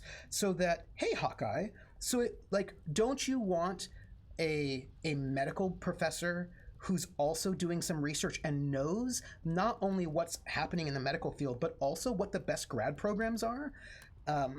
Numerous clauses, that's the lowest high school exams grade average. That's still, no, we don't do that. We don't do that. We don't work that way at all in the US. It might sound bad, but if universities have outside contracts, I mean, the 60s and 70s, having private companies on campus doing research and development brought in money and exposure to real life experiences. My geology professor was in Antarctica getting ice samples for 6 months. Oh, that's really cool. And I have a professor here who's she's an anthropologist, but she's a biological anthropologist. She works on gorillas, and she has a field site in Tanzania, I think, and students can take a semester and go to her field site in Tanzania and do cutting edge research on biological anthropology, because my university emphasizes that, and like, that's really cool. Absolutely should be taught to students as a first gen grad student, yeah. I'd ask what I needed to assess in grad programs. It was all on me and barely mentioned if I didn't ask. And like, you should know those things. That's important. Rissa says we have our own Jane Goodall, who's actually like Jane Goodall's academic granddaughter. If that makes any, because you can think about lineage. So Jane Goodall trained, like, I think a couple people, and she trained with the people that trained Jane Goodall. So like, Jane Goodall's like her academic grandmother. In my work, we hear a lot about how difficult it is for medical professionals. Professors keep on top of the volume of new research that comes out all the time. Yeah, and so they have to have time. They have to have time to do that.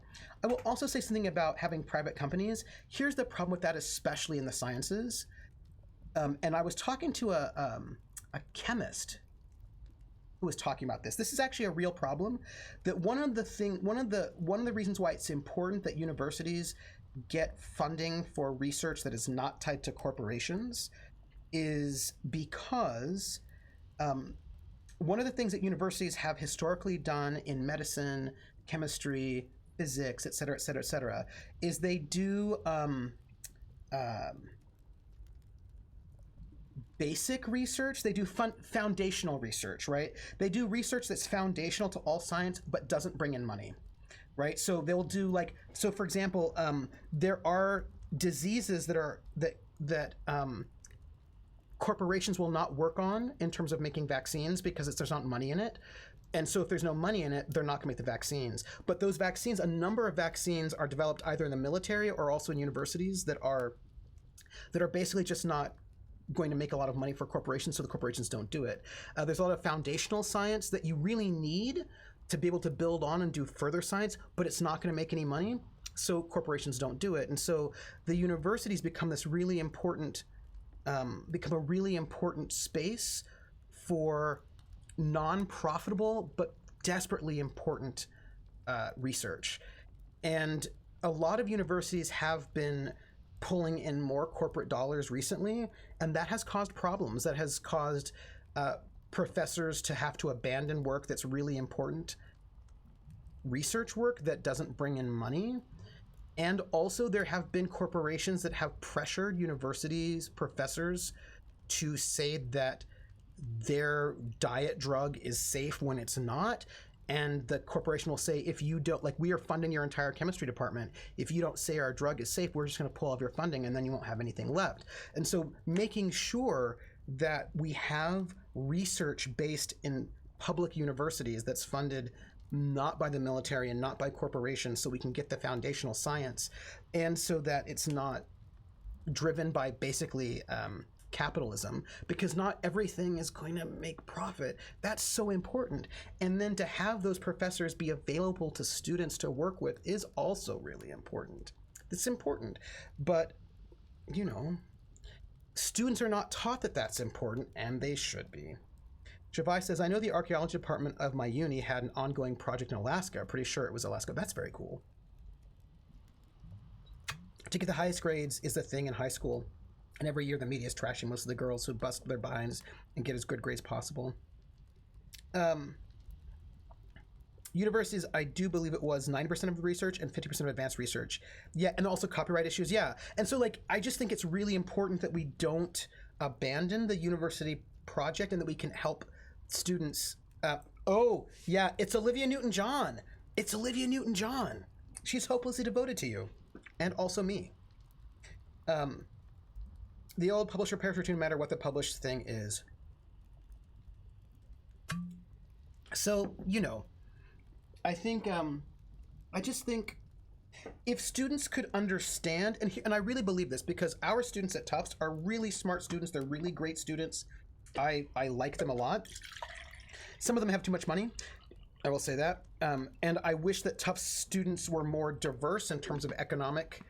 Like, I think that Tufts, as an expensive school, needs more economic diversity, and it needs more age diversity. Like, I think we should have more veterans at Tufts, and we don't really have veterans. We need more people who are in their mid-20s or in their 30s. We need more people who are poor. Like, I just think we need a bit more diversity at the school, but the students are very good. And if the students know these things, that will be important to them. So I try to find ways to teach them. And the famous not publishing negative results that could, yeah. I mean, age diversity is really, really important. It's really important for experience. Like, it's, Krellin, if you want to, I think, I was 25 when I started my undergraduate, and it was really good for them to have in their classes an Army veteran who was 25 and not 18. Like, that was good for my fellow students. And like, no, I'm bad at structure learning. So like, I found that I think there's a lot of value in having diversity, all sorts of diversity in your university. But some teachers are so bad at teaching. I had one who should never have set foot into a classroom. Super nice human being, and I was feeling so sad for him when he got the heat from his Cochrane students. Yeah, yeah. The military is good about tossing socioeconomic layers together. It is, and that's really great about the military. And we could have more of that in the universities, etc. Is it going to work? Probably not, but it doesn't have to work. It just has to look like it will. Potion making runs in my blood. It'll be fine. Your parents make potions too? I don't know. Never met him. Ooh, Miriam never met her parents. Oh, they left me with Grandma before I can remember. When I was a kid, she'd tell me that they were coming back for me someday, but eventually she stopped saying that. They basically abandoned me. Oh. I'm sorry. That sounds really sad. Only when I think about it. Grandma Sappy's all the family I've ever needed. She made me forget I was missing anything. But I did always have a feeling that maybe if I worked hard enough and made myself into something heroic and famous, that they'd notice and realize what a mistake they made leaving me and come back. Oh, Miriam. But that's a ridiculous idea. I don't even care if I ever see them now. Actually, I'm pretty sure I never want to. And I can't do anything heroic anyway. We're gonna save the world, Miriam. Trying to. Would you look at that? Potion's done. Ooh. Hey, Miriam. It looks weird. Yeah, it might actually be deadly. Let's see if the hero likes it.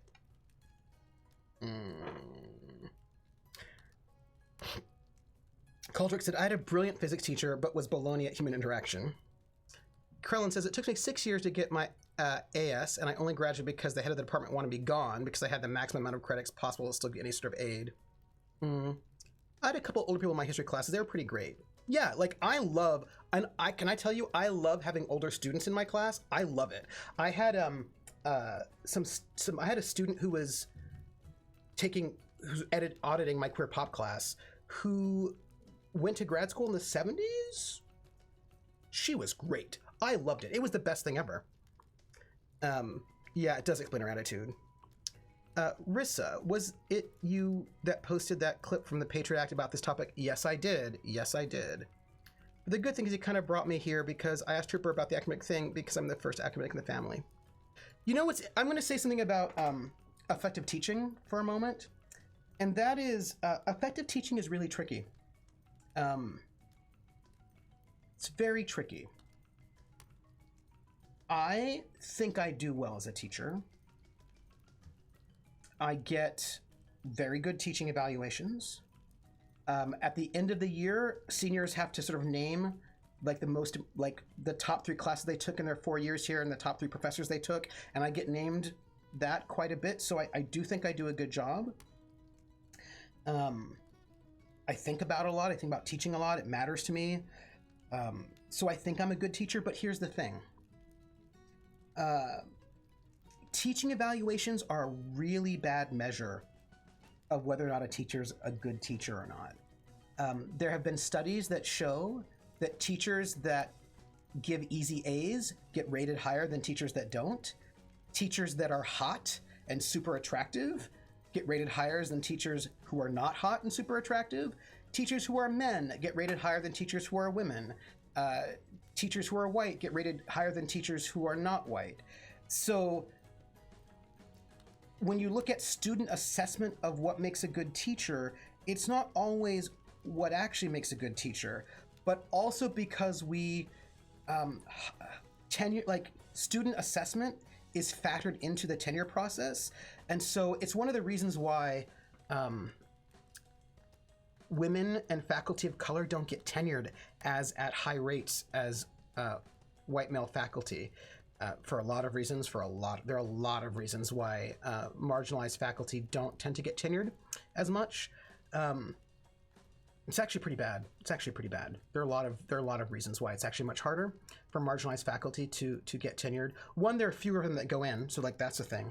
Although there are a lot of women. Actually, there are a lot of women who go to get PhDs, but they don't tend to get tenured. And one, teaching evaluations tend to be stacked against them. 2, if you are a marginalized faculty member, you tend to do more service than faculty members who are not marginalized. I suppose this, but the Krellin says the first member of my family in a while that doesn't have at least a bachelor's. My brain is broke. Your brain is not broke. You have your own brain. Coltrick says I had teachers in high school say I try to reach everyone, but you can't. But you can tell when it's not clicking with them. But if I can reach that 1 or 2 students, they make it worthwhile. Ice Bunny says, and since that day I'm here and dig more burrows for us in the foxhole. At KU you have to fill out a form about the class you finished. Yeah, there's a bit of a popularity contest thing which impacts marginalized faculty, but also marginalized faculty do more service. So for example, I love to learn, but at my own pace and in my own meandering path. If not for that, I'd go back for a master's or PhD. Well, you know, I mean, I find grad schools very different from undergrad.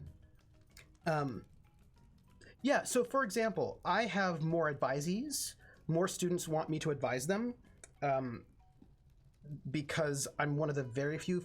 I'm one of the very few black faculty at Tufts. There are not that many, and we just lost a whole bunch last year. We lost like 7 or 8 or 9. Like we just we lost like maybe 9 black faculty last year. Most of them like black women, all left. So there are not that many black faculty. 2 years ago, there are not that many black faculty. So. Students of color, not even just black students, who don't see a lot of faculty of color, they want me to be their advisor because they we don't have a lot of first generation faculty members. I'm a first generation faculty member, so I'll get first generation students who want me to advise them because they know that I understand what it's like to be a first generation college student. Poor students want me to advise them. Queer students want me to advise them because I work in women, gender, sexuality studies. I get a lot of female students want me to advise them. So I get more, I have more advising than faculty members who don't have those things. And I enjoy advising. I want to be there for my students. It's important to me, and I will certainly do it. And then I am put on more committees. Like I was put on a major, massive committee before I got tenure that I probably should not have been on, but you kind of can't say no when the university provost asks you to be on this committee. And so the thing is, I don't publish as much as my colleagues who don't have those responsibilities.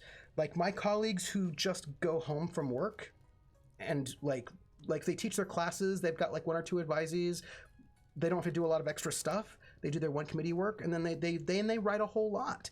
Whereas I'm dealing with students who are in crisis because Ferguson happened, or students who are in crisis because the Pulse nightclub shooting happened, or students who are in crisis because they came out to their parents, and now their parents are threatening to cut off their, like, not pay for their college anymore, and they don't know what to do, and they don't have anywhere. Like, I'm dealing with all of that in addition, and so I just don't publish as much, which means for professors like me, it's harder for me to get tenure because I'm not doing some of the things that I need to do. So, you know, right? And I'm lucky.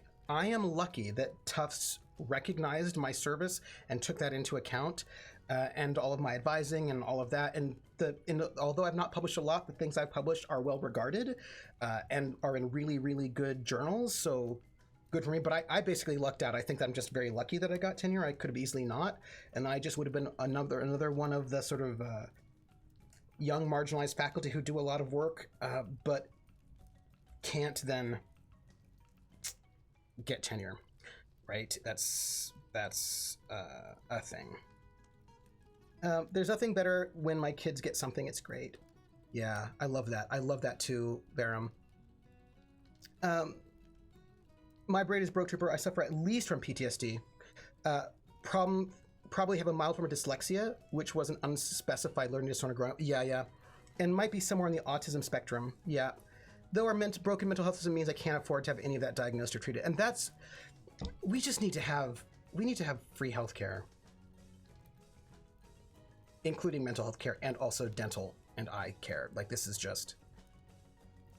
I'm surprised the faculty hasn't asked you to do a welcome to unique class. Oh, I have. Well, I mean, I've not done a welcome to... Well, okay, that's complicated. I've done welcome classes. I've done sort of mock classes for prospective students. I've done that. I have done... Also, I've done some panels. I've done a couple of panels for first-year students on what professors do and like how the university is structured. I don't do them a lot. I try to do some because those are embargo. And so yeah, no, I do some of those things. Yeah. I'm surprised. Of course, publishing is the only thing that matters. It's not the only thing, but it does matter a lot. But it's not. And it also depends on what kind of school you go to. If you go to a community college, you don't have to publish at all. If you go to community college, you don't have to publish at all. If you go to a liberal arts college, if you teach at a liberal arts college, you have to publish some, but not a whole lot. Usually you don't need a book. So like community colleges, you don't have to publish at all. Like, you're fine. You don't have to publish. You don't have to publish. You don't have to give conference papers. You don't have to keep current in your field very often, and they usually don't give you time to. Small liberal arts colleges, somewhere in the middle. Research universities, you have to. Also, Baron, I want the question. I'm sorry to hear that, Cole. My son is on the autism and Asperger scale and is having a hard time getting treatments and psychological help. So I doesn't understand how that works, what it takes. It's a real problem. Like, Krellin, I just want to give you the biggest... Like, I just want to fix our healthcare system. Like, I wish I had a wand and I could just, like, boom, fix it. Baron says, you do this here. You provided a 3-hour lecture on civil rights and music history. The scholastic system is old. Perhaps it is time for it to catch up and recognize more than the written paper. Perhaps those shifts in perspective is order. So, Baron, I'll tell you why it's not completely good. The U.S. spends more per capita for healthcare than any other country in the world, and they all have universal healthcare. Yeah, Krellin says, as far as autism goes, I'm probably too old for treatment to help. I'm going to come back to that, Krellin. I just struggle myself to learn the rules and such, but it might explain why growing up I spent time with computers, because computers were so easy on people. Yeah. So if you go to low prestige schools, you don't need to publish. That's why publishing is the only thing that matters. But some of those schools, but smaller brows colleges can get prestige. Like, you can get prestige at a smaller brows college. Why are there some subject departments that are less published dependent? Are there some subject departments that are less published dependent? No. It's but what that publishing looks like is different, is what I would say. There's some fields where you need a book. There's some fields where you don't need a book, you need lots of articles. There's some fields where what you need is to publish art or plays, get your compositions played in symphonies, or so what the productivity is that shows that you're current in your field is going to be different in each department. But basically, if you're at a tier 1 research university, you need to prove that you're contributing to knowledge, right? Basically, that's part of your job is to contribute to knowledge and come up with new things. And that might be that you wrote a new play, or that you choreographed a new dance that got published, that got performed somewhere. It might be that you discovered a new thing, but part of what that research 1 institution is that your job is also to keep current with your field, know where all the good schools are, who's there, so you can help your students get into grad programs if they want to, or help them get into industry if that's what they want. Like, that you need to give value added to those students in that way. And I have a thought about this too. Gosh, all the thoughts. Let someone who crafted around with undetected dyslexia over 30 years, you are smart and your brain is different abled, and you're smart and you should pinch every time you talk to me about yourself. Everything has to go through an update. Currently, things are being changed due to and at some point everything has to go through. It does, but I want to talk about some things. Don't let me forget that, Baron. The healthcare system is getting more interesting with voters in red states bypassing their legislature and accepting federal Medicaid dollars.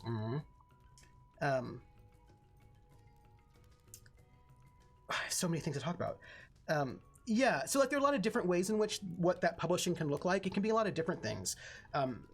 It's different per field. But just basically, if you're at that level, you need to be contributing, right? That's part of your job, is to contribute back to society in addition to teaching those things.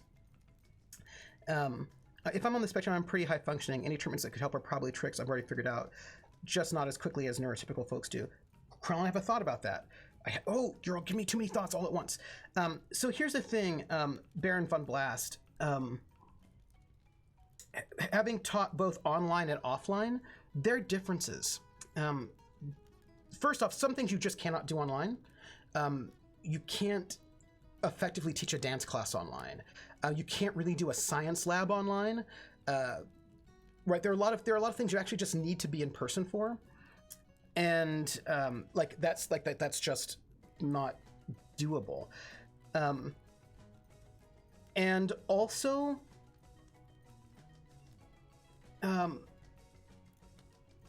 it's different. They're different things. Now, I will say there are certain things.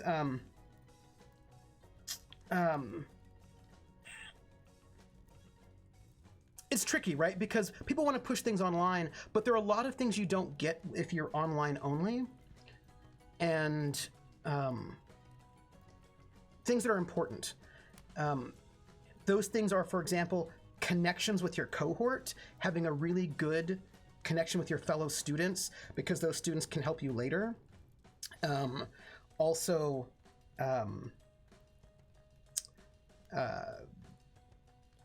It's harder for me to do one-on-one mentoring if we're online only. It's harder for me to, there are a whole bunch of things we just can't do if we're online only. Like, I don't know if you know this, one of my students is in this class, is in this chat right now, who may know this, but like after the class is over, I chat with students, usually way longer than like class ends, and then we chat for their 45 minutes. Like there's a whole kind of personal thing that you can do with students when you're in person, and it's not even just in the classroom, it's also outside of the classroom, that is part of what the value added is. And also, you can assess how people are learning a little bit better in person, and if they're not doing well, it's easier to catch them and see if they're missing. It's easier to make sure that students who are having a hard time don't fall through the cracks if they're in person. I have students, same with military for basic, the drill instructors want you to come back later as an example to new cadets trainees, yeah. Oh, thank you. Oh, we should do our giveaway. We're gonna do our giveaway, which is for Dirt Rally 2.0. So just say something in chat, and then you know, we will do our giveaway. And I think also now I will say that I also do things online, even in my offline classes. Like I will often have message boards where there's sort of there's online interaction as well as in-person interaction. I sort of do both of those things together. So like I don't like, so I have a little bit of a hybrid. Do your students make a Christmas reward show? No. I know it's 8:45. Online only would probably kill a decently large chunk of university adjunct staff stuff like clubs and what have you, which for me was at least, yeah. And Javai's pointing that clubs are part of the experience, and they are, right? There are a number of things that you learn in an American university, and I think also the Scottish university, that are really important. There are leadership skills that you learn by being, like, I mean, our students are like editors of the school newspaper. They are in our symphonies. They're doing sports. They are doing activism. Like we have, like our university, Tufts, has developed such an amazing set of activist students. Our students are amazing on all sorts of different sorts of topics. They've really built up amazing leadership skills, amazing friendships, networking skills that will help them for the rest of their lives. They're getting so much out of being able to go into the library and learn archival work. I mean, all these things that they learn that if they were online only, they would not get. And also, and this is a thing that I really learned, when we had to turn our classes online, and this is something that's actually really quite serious, and I just want to sort of note this. Do you know who really had a really hard time when we took our classes online with the COVID? Students who were poor, who did not have good internet at home. Those students had a really hard time because their internet was not that great. Also, students who didn't have a good time, students who were poor, who had lots of siblings or lots of things happening at home, students who students who have a hostile family, students whose families are hostile, did not have a good time being at home. Also, students with certain learning disabilities. Like I had students who really needed to be in person if they were going to get their work done at all. Some students with ADHD, some students with depression. There are certain students who just had certain mental disabilities or mental illnesses that made it so that having all their classes online was really bad for them. And I worked really hard on that with those students to try to sort of make sure they were okay. But, you know, like that's difficult. That's difficult. And so like if you don't have broadband, right, that's older students as well. Yeah, they also had some time. Do all profs spend much time out of office and class time with their students, Trooper? I don't think all of them do, but a lot of marginalized faculty members do. They do. Yeah. I spent 2 years running the role-playing society at my uni, 1 year as secretary and 1 year as a vice president. I highly doubt the society would exist if it was online only. Yeah, and that becomes also important. And I had the worst time because I'm doing work in the library to get stuff done. And like in a lot of, hey, Super Rave Monster, and like a lot of my students really didn't do well. Now, that said, I'm going to say something that is, yeah, I feel that I struggle with unless it's something I love. But if you have people in person, it might be a little bit easier. But I actually have something to tell you. I finished students who were kicked out of university housing and the whole assumption that everyone has a home to go back to messed up. Oh, that was terrible, next of kin. It was awful. It was terrible. Now I have something to tell you. No, when I brought my class online to Twitch as an online class, I will tell you something that I thought was very interesting about that. Because first off, Coldrick will understand this, and anybody who's in the military who will understand this, who's of a certain age. I'm old enough that I took correspondence courses, which were like, everyone's like, ooh, online courses. I took correspondence courses. I know what they were like, and there are problems with them. There's some problems with them. They're great if you're a self-learner, but there were some problems with this. Shavai says, not only is the internet an issue with online only, but you also want a decent microphone and camera, which is not cheap, and you don't know much about that stuff, can be hard to look into, and if you're poor, that can be an expensive investment. Just, yeah, it's true. Yeah. Oh, yeah. I remember correspondence courses. Like, I did them. Yeah, I didn't really have a place to stay, so I was scrambling to literally have just a roof over my head while peers were talking about struggling with Zoom, and I feel for them, but I was like, yeah, no. And ALS is a nightmare for distance learning method. Oh, yeah. Yes. By the way, I'm going to find out who our giveaway winner is right now. Coldrake! Hey, Coldrake, would you like a racing sim? I've got a racing sim for you. Coldrake. Coldrake. I have a racing sim for you. Coldrake. Coldrake, I'm going to give this to you. I'm going to send you a method. And like, you have to have really good, I'm sending it to you. I'm sending it to you right now. What? All right, fine. Fine, Coldrake. Winner. Baron Von Blast! Hey, Baron Von Blast! Hello, Super Rave Monster. No! All right, fine. All right, no, it's gonna happen. Nightbot knows how it is. Baron Von Blast, Nightbot really wants to give this to you. Really, really. Hey, TP Grant. Bot has chosen. Baron Von Blast, can I give it to you? Can I? I mean, if you say no, I won't. But Nightbot really wants to give it to you. No, Nightbot is not big on consent. Nightbot doesn't care. Nightbot is like too wild. All right, I will pick a new winner. Ice Bunny racing game. Ice Bunny. My mom had to figure out how to teach her movement for theater course through Zoom this past semester. It was pretty well understood by everybody that most courses were to scramble. Oh, yeah. Yeah, no, it's a problem. Ice Bunny.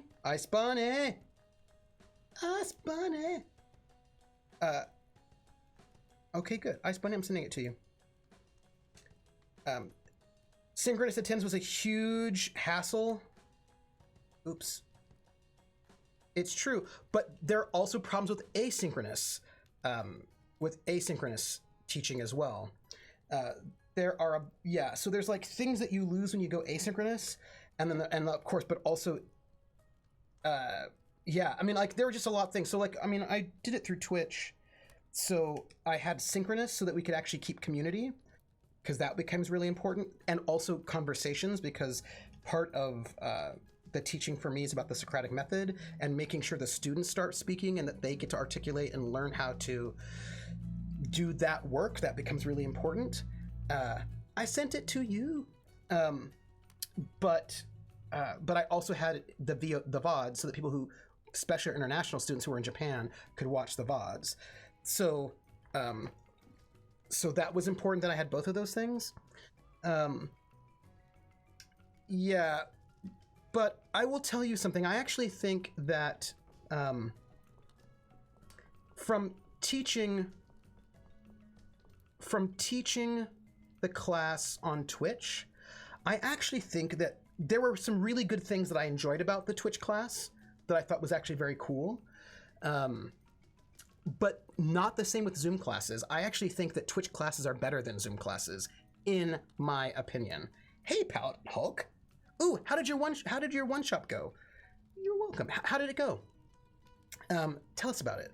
So for me, I actually think that the Twitch class worked better for what I wanted than the Zoom class. I think that the Zoom class, I think Zoom classes are not as. I had a seminar that was 10 people, and that worked great under Zoom. I would do a 10-person seminar in Zoom again, and that was fine. It was okay. We didn't lose community with 10 people, so it was okay. But I think for big classes, Twitch is better than Zoom. And TP, your brother, your district would not allow it for reasons. There are a lot of reasons why I prefer Twitch. Some of them has to do with the fact that I don't want my university owning my classes, but I do enjoy learning about your teaching communication. So my kids are 6 or 7, but it gives me some ideas. Oh, good. Zoom classes are for making funny TikToks if the internet has taught me anything. We explored a crashed spaceship under the sea. Lots of sci-fi references, and the adventure was super fun. Oh, nice. Also, chat or video call etiquette is different from in-person interactions. A lot of people just don't have that experience. Right, and what's interesting to me is that in Zoom, people try to act as if it's an in-person class in ways that are not helpful. And basically, what I'm going to try to tell you is this. Streamers learn skills. Like, as a streamer, I have learned some skills. And part of the skills I have learned is to be able to talk to you and read your chat at the same time and have a conversation with you. I have learned a certain way. I've learned the ability to converse with you through this medium. And the people who are in Twitch have learned how to talk to me and to each other, right? So that chat is happening where there are conversations happening in chat with amongst yourselves and also with me. And I have found that in Zoom that doesn't happen. So there's a different kind of educational experience that I think is actually pretty cool about Twitch, and I like. I don't think it should be the only option or the exclusive option. I also like that Twitch is public. Watching me. Ooh, I always feel that somebody's watching me, and I have no privacy. Whoa, I always feel that somebody's watching me. Tell me, is it just a dream? Thank you for the follow, TG Grant. Thank you. Thank you very much. That is awesome. Thank you. Welcome in. I wonder how Arv did his online. He's a tenure prof of Lit. Oh, I'd be interested to know. For a minute, I thought you were confused about university experience. I was deeply confused. Yeah, a bunch of crosstalk in Zoom means it's unusable. Right, so you just can't have that crosstalk in Zoom. But Twitch actually opens up really interesting spaces. Coldrake says, I'm amazed at how well Trooper SJP juggles all the input channels in his stream. I read body language, and it's harder by camera. Oh, yeah. It is, but you have to practice it. Do you want to end on time if you're hosting CR? Are you going to run along because of the late start? I'm going to run a little bit longer, but not too much longer. I'm probably going to run like maybe 15 or 20 so that I can finish this thing that we're doing right now, and then I can order food. Yes. Yeah, for larger lectures, something like Twitch is probably better. I mean, I like it better, but Zoom is really good for small groups. Ava, Zoom is great for small groups because in my small groups, I have my students do presentations. I have them do a lot of the talking to each other.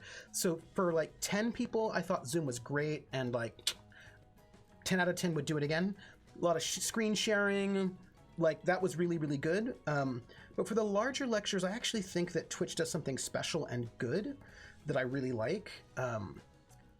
But I will also say that I also have been streaming for almost 4 years now. Like 3.5 years I've been streaming. So I have, okay, not only have I been streaming for 3.5 years, I have lights, I have my Blue Yeti, I have got a 3-monitor setup. I have learned how to do this over 3.5 years. And before I started streaming, I was watching streams to see how people did it.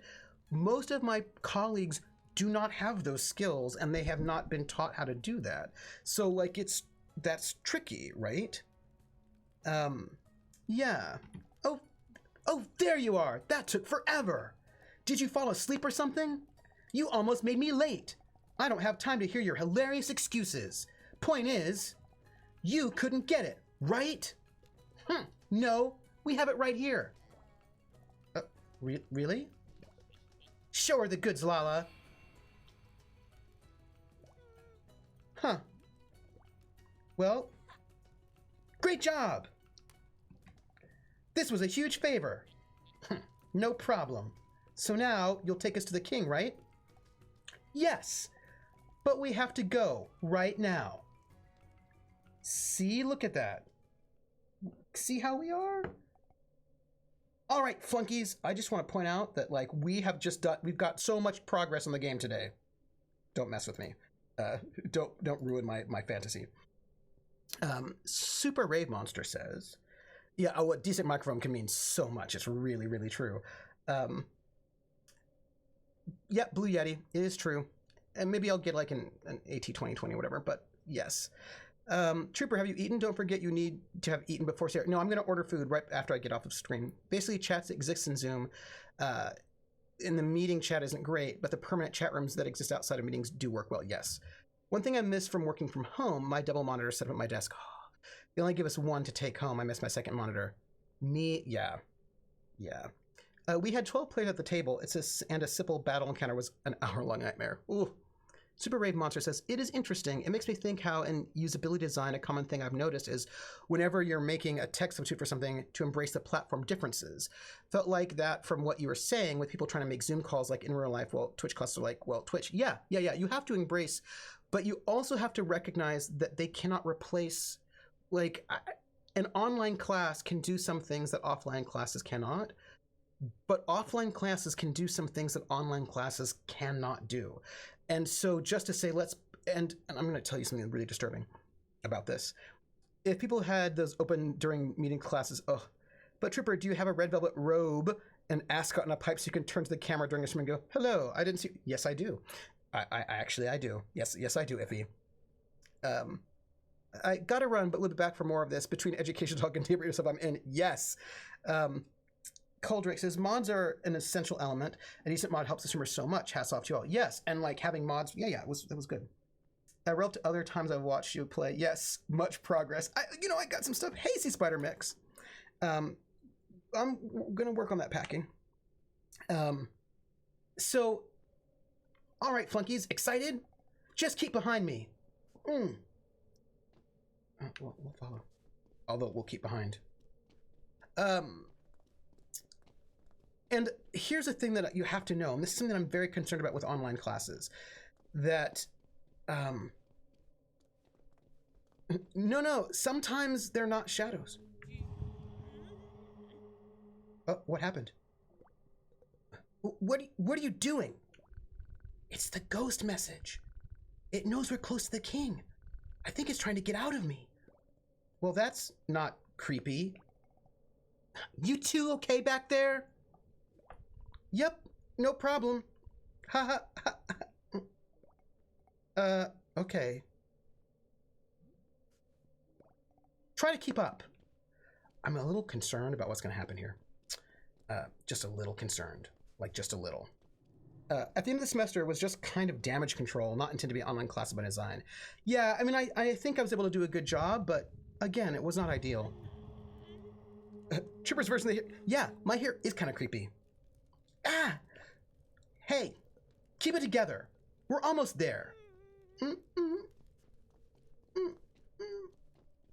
Oh, to finish my post, I will get to my old school as a dyslexia. Oh, you just reminded me of the thing.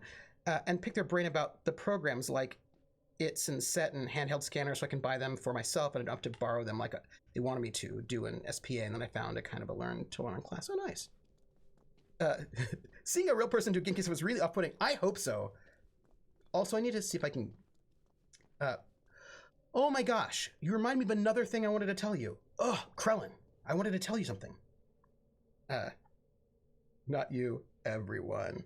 Yes. But for me too, it was just like, oh, but you know what I mean? You're like, how can we do this and make it still valuable? You know what I mean? Like, it was not easy.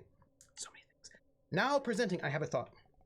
His Royal Majesty, the King of Rule himself. Thank you. Okay, great. It's very nice to meet you all, etc. Wow. Just very great. Obviously, we have a lot going on right now, with the big invasion in 3 days and all of that. So, sorry if I seem terse. What? An invasion? Your Majesty, that was supposed to be a secret. Oof. See, this is why I can't talk to outsiders anymore. I was wanted to get a ruler voice. I don't know if I stay in Denmark or what will happen. The only thing I know is that I will not be less dyslexic. Too many secrets to keep track of. Secrets for days. Hey, is your buddy okay? What if I kill everybody? What if I kill everybody, everyone?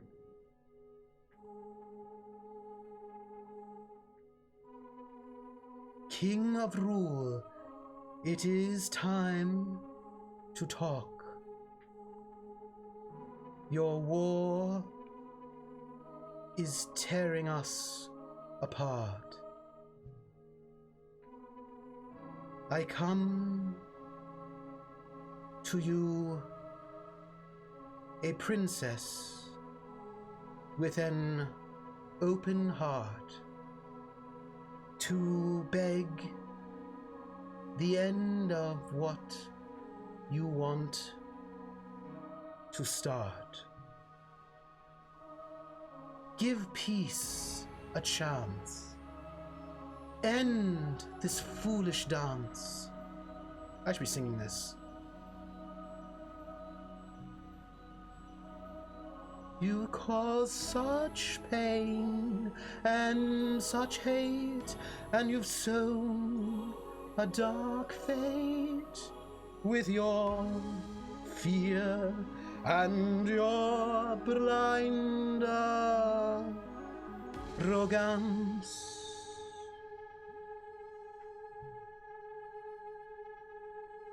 I feel like the king is not going to take that message well, everyone. I feel like that's not going to do well. Oh, well. What? Good God, y'all. What is it good for? Yes.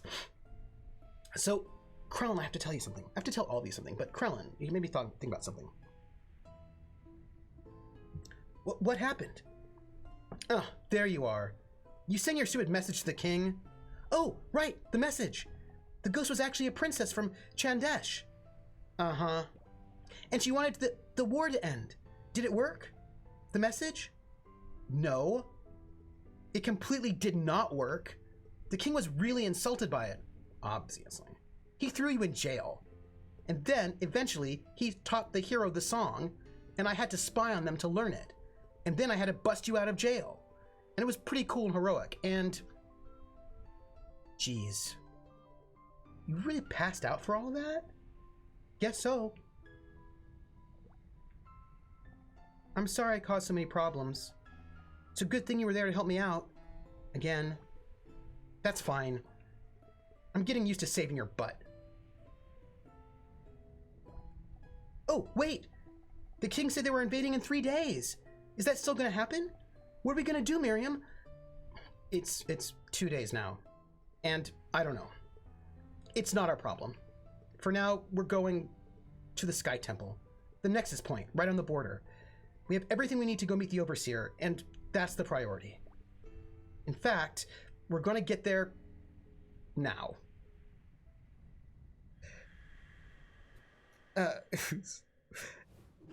What? That does need to happen in game, says some part. She does care about him. Yeah, I see it. Feeling better? Yeah, just kind of wobbly. Great. Well, song time. Dyslexia cannot be healed. You can only learn how to use stuff that helps you read and write. It actually looks like that I have the same form of dyslexia as Agatha Christie. Really?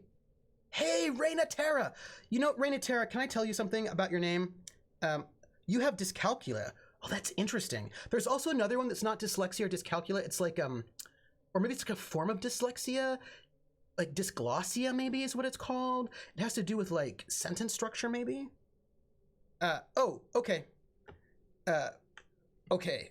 Dysgraphia. Oh, so, ooh. So, Reina Terra.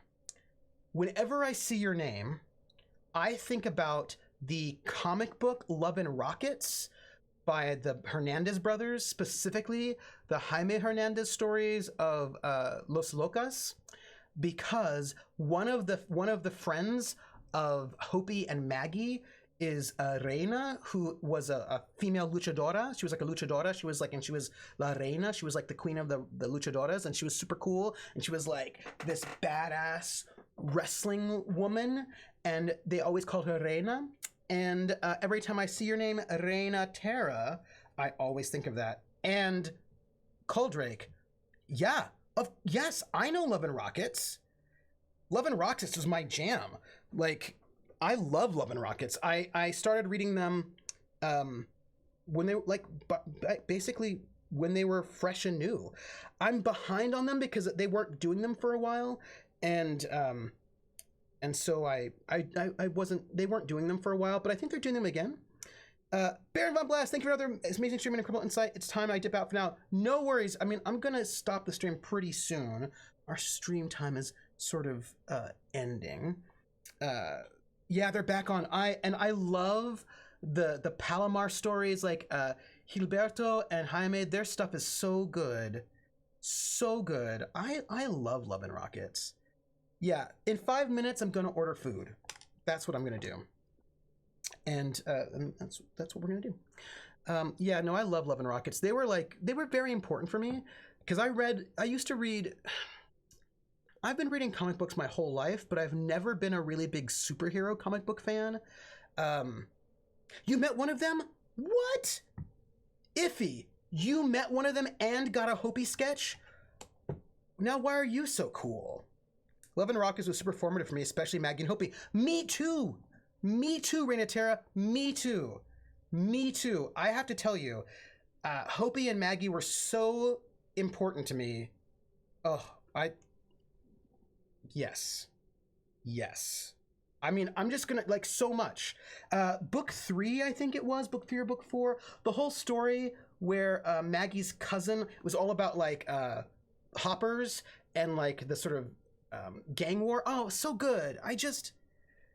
There are 100-sided die, but then there's Trooper, a gem with uncountable facets. Yes, I guess I'll play it on my Piccolo, since I'm the one who knows it this time. Great. This feels weird. Don't listen too closely, okay? Huh? I'm not some fancy pants musician, okay?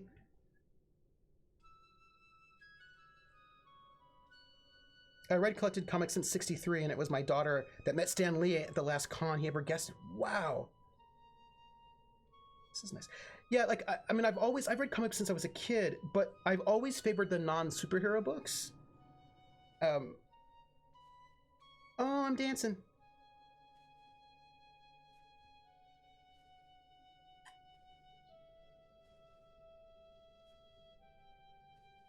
If we finish this, we're gonna have such good progress.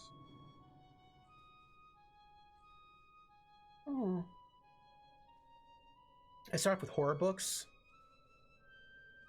Witching Hour, House of Secrets, House of Mystery. And like I don't think it worked. Ah! Probably because of my sucky playing. You try it. Oh, I thought you played very nicely. Wait, hold up. What do you want? There was some kind of mess up.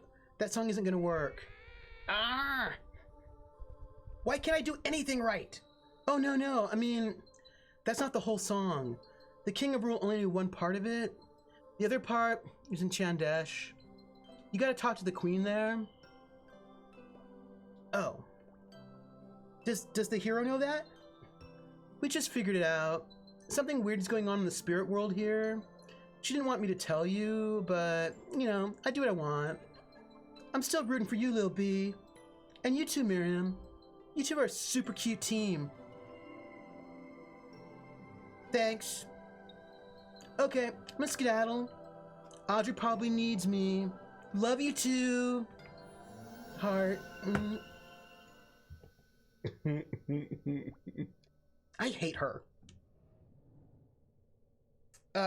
Look, we got such mega progress. I don't even know what to say. Dyslexia, etc. weren't known when I was growing up. I've always wondered what I have. I can read very well, but spelling has always been difficult.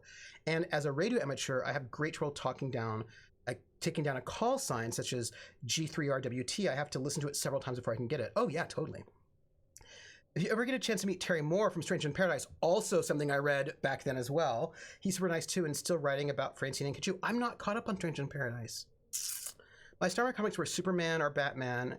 Weren't Superman or Batman. It was the original Blue Beetle, Magnus, Robot Fighter, Dr. Spectrum, Man of Adam. All titles that made a comeback in the late 80s. Yeah. And I was The Shadow, House of Secrets, Witching Hour, House of Mystery, Vampirella.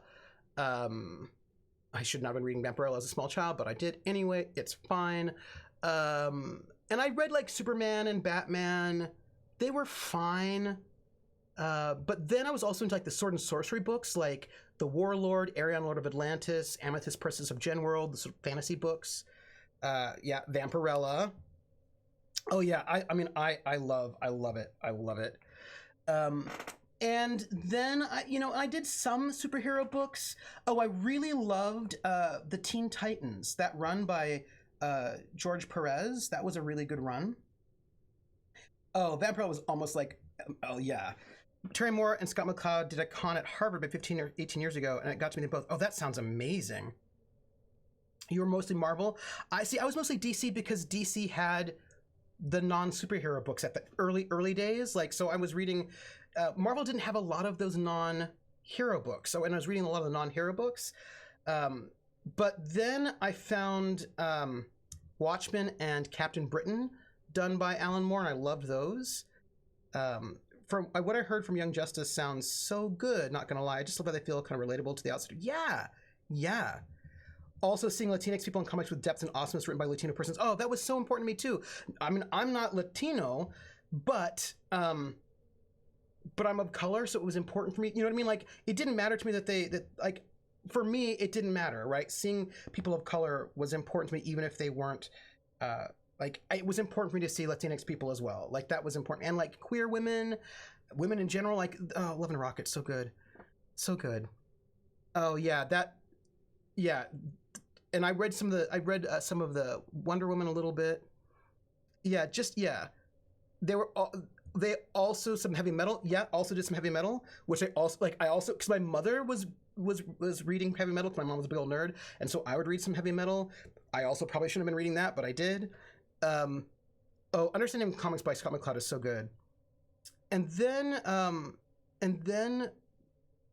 I found Ms. Tree, so the crime book, which I love. That was indie, and so that sort of got me into indie books. And from Ms. Tree, I ended up founding Strange in Paradise, Love and Rockets, and ended up sort of like just kind of being in that scene for a while. And then I got to some like real indie stuff like Hothead Paisan, Homicidal Lesbian Terrorist, some of the women's comics from the 70s, some good stuff like by Trina Robbins.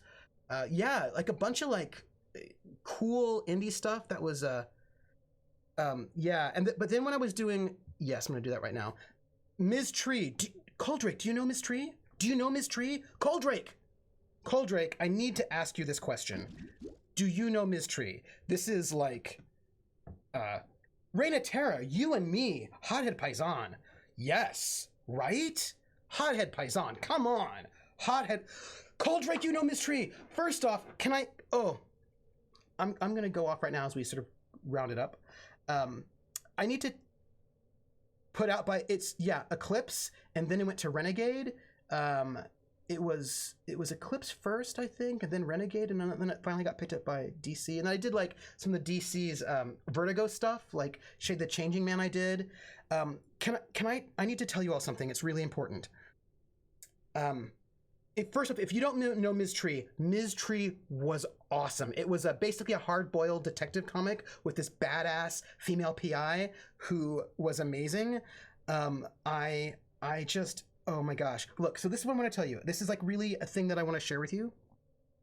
Raina Terra says, Trooper, I really must insist that when travel is safe again, you come back to the Bay Area and we'll talk forever. Yes, because I was in the Bay Area then, and I got to meet Trina Robbins, by the way. And also, Raina Terra, you may not know this, but I actually have published little short comic bits in Gay Comics and also O, which was a lesbian comic anthology. So I am a published comic book artist and writer.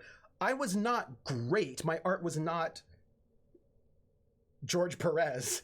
My art was what it was. I could have been better, and if I'd kept drawing, I would have gotten better. But yeah, I am a published comic book artist and writer, believe it or not. You start with ElfQuest. ElfQuest! Yes, ElfQuest. Oh, Shay the Changing Woman? Oh, that's amazing. I love that. Oh, yes. Raina Terra, considering that you might be my age, you might have read something by me. It is possible. It is possible. Aberrant book? No. I know I probably need to. And then I actually also did a short 12-part piece that I pitched to Deneuve magazine, now known as Curve, which they thought was too sexual, which it totally wasn't, by the way. Whatever. I thought the art was pretty decent for that one, and they're like, no, this might be a little bit too lesbian. And I was like, what are you talking about? Nothing, like, nobody's naked. It just implies some sex in the corner. Whatever, Deneuve. I thought it was like a kind of like a lesbian soap opera that was super goofy, kind of like full-on 80s soap. And I just feel like they should have. Anyway, so this is what I'm going to tell you all. First off, oh yeah, I want to tell this one thing before I go. This is what I want to tell you. Look, I have loved comic books my entire life, but because I didn't read the X-Men and Superman and Batman, I always felt like, but instead I was reading like the Ambush Bug and like Ghost Rider or whatever, and Love and Rockets and all of those things. I always felt like I wasn't like the good comic book fan. I always felt like it was very tame, by the way, Iffy. It was very tame. And I always felt like I like comic books, but when people talk about comic books, it's never the ones that I like. And I always felt like it's like weird being a geek, but feeling like you're too geeky for the geeks, if that makes any sense. Yeah, Ambush Bug, the original Deadpool, ElfQuest, original Teenage Mutant Ninja Turtles. And I always felt like I like comic books, but when people talk about comic books, like they're the popular comic books, and I'm just not reading those. And then when it talked about sci-fi, like the popular sci-fi, I wasn't reading that. I was reading Ursula K. Le Guin and things like that. And so I just want you to know, this is really important for me to tell you, I want you to know that I feel really seen right now, and I feel so happy to have a bunch of people in chat who have also read the weirdo comic books that I have read. And thank you for making me feel, thank you. Ooh, time to read Transmetropolitan. Yeah. And also I read my manga as well. Oh, really? Oh, that's so cool. Like, I love my manga, I love my stuff. And so anyway, I just wanted to say thank you, everybody, for like having weirdo taste like me. So there. Thank you. I'm going to order food right now, but here's what I want you to know before. Oh, I love Ursula Lakeman. She's so good. Here's what I want you to know before I go. At 10 p.m., I'm going to be hosting Critical Role on my channel. So if you want to watch Critical Role, but you don't want to deal with their chat and you want to just hang out with us, just come out and be here. I'm going to put up the host and you can chat with us. And while we're chatting, I'm going to be doing a lot of email that I need to do before I leave. So I'm going to be doing a little bit of work. We're doing a little checking out the dry cleaners and all that stuff. So yes, I'm going to go eat. I'll be here at 10 o'clock. I should say, oh, thank you, Jer. Thank you for the socials. I have a Discord. You can join it if you like. We're pretty awesome. You can do the follow and subscribe if you like as well. YouTube is where I have the archive of all the stuff. I need to make sure everything is published. You can find me at Twitter at Academic Foxhole, and also the Patreon, which is also Academic Foxhole, and that's for the RPGs on the channel, and we'll be doing some Cthulhu Confidential after my move. And that's it. East Coast time, 10 p.m. Critical Role, and we'll chat here, be friendly, and I'll be having some food. So I'm going to get my food because I've got food waiting for me. Thank you for being here, everybody, and thanks for this big, long conversation about education, and also for letting me know I got some exciting people, some exciting comic book fans here. So that is it. And we'll talk more about comic books later. Everybody, take care of yourself, and I will catch you on the flip side. And by that, I mean in a half hour for Critical Role, or tomorrow at 1 p.m. on Tales from the Grim, I'll be in Aether's Walkway. And I probably won't do my Saturday stream because of packing. But then I'm going to move, and then I'm going to get my internet, and then we'll be back together again. So, hey, if I don't see you for like, a week or two, a week and a half, if I don't see you in the next week or so, please know that I'm thinking about you and I care about you, and I will see you in Discord because I can access Discord on my phone. So take care, everybody. Bye.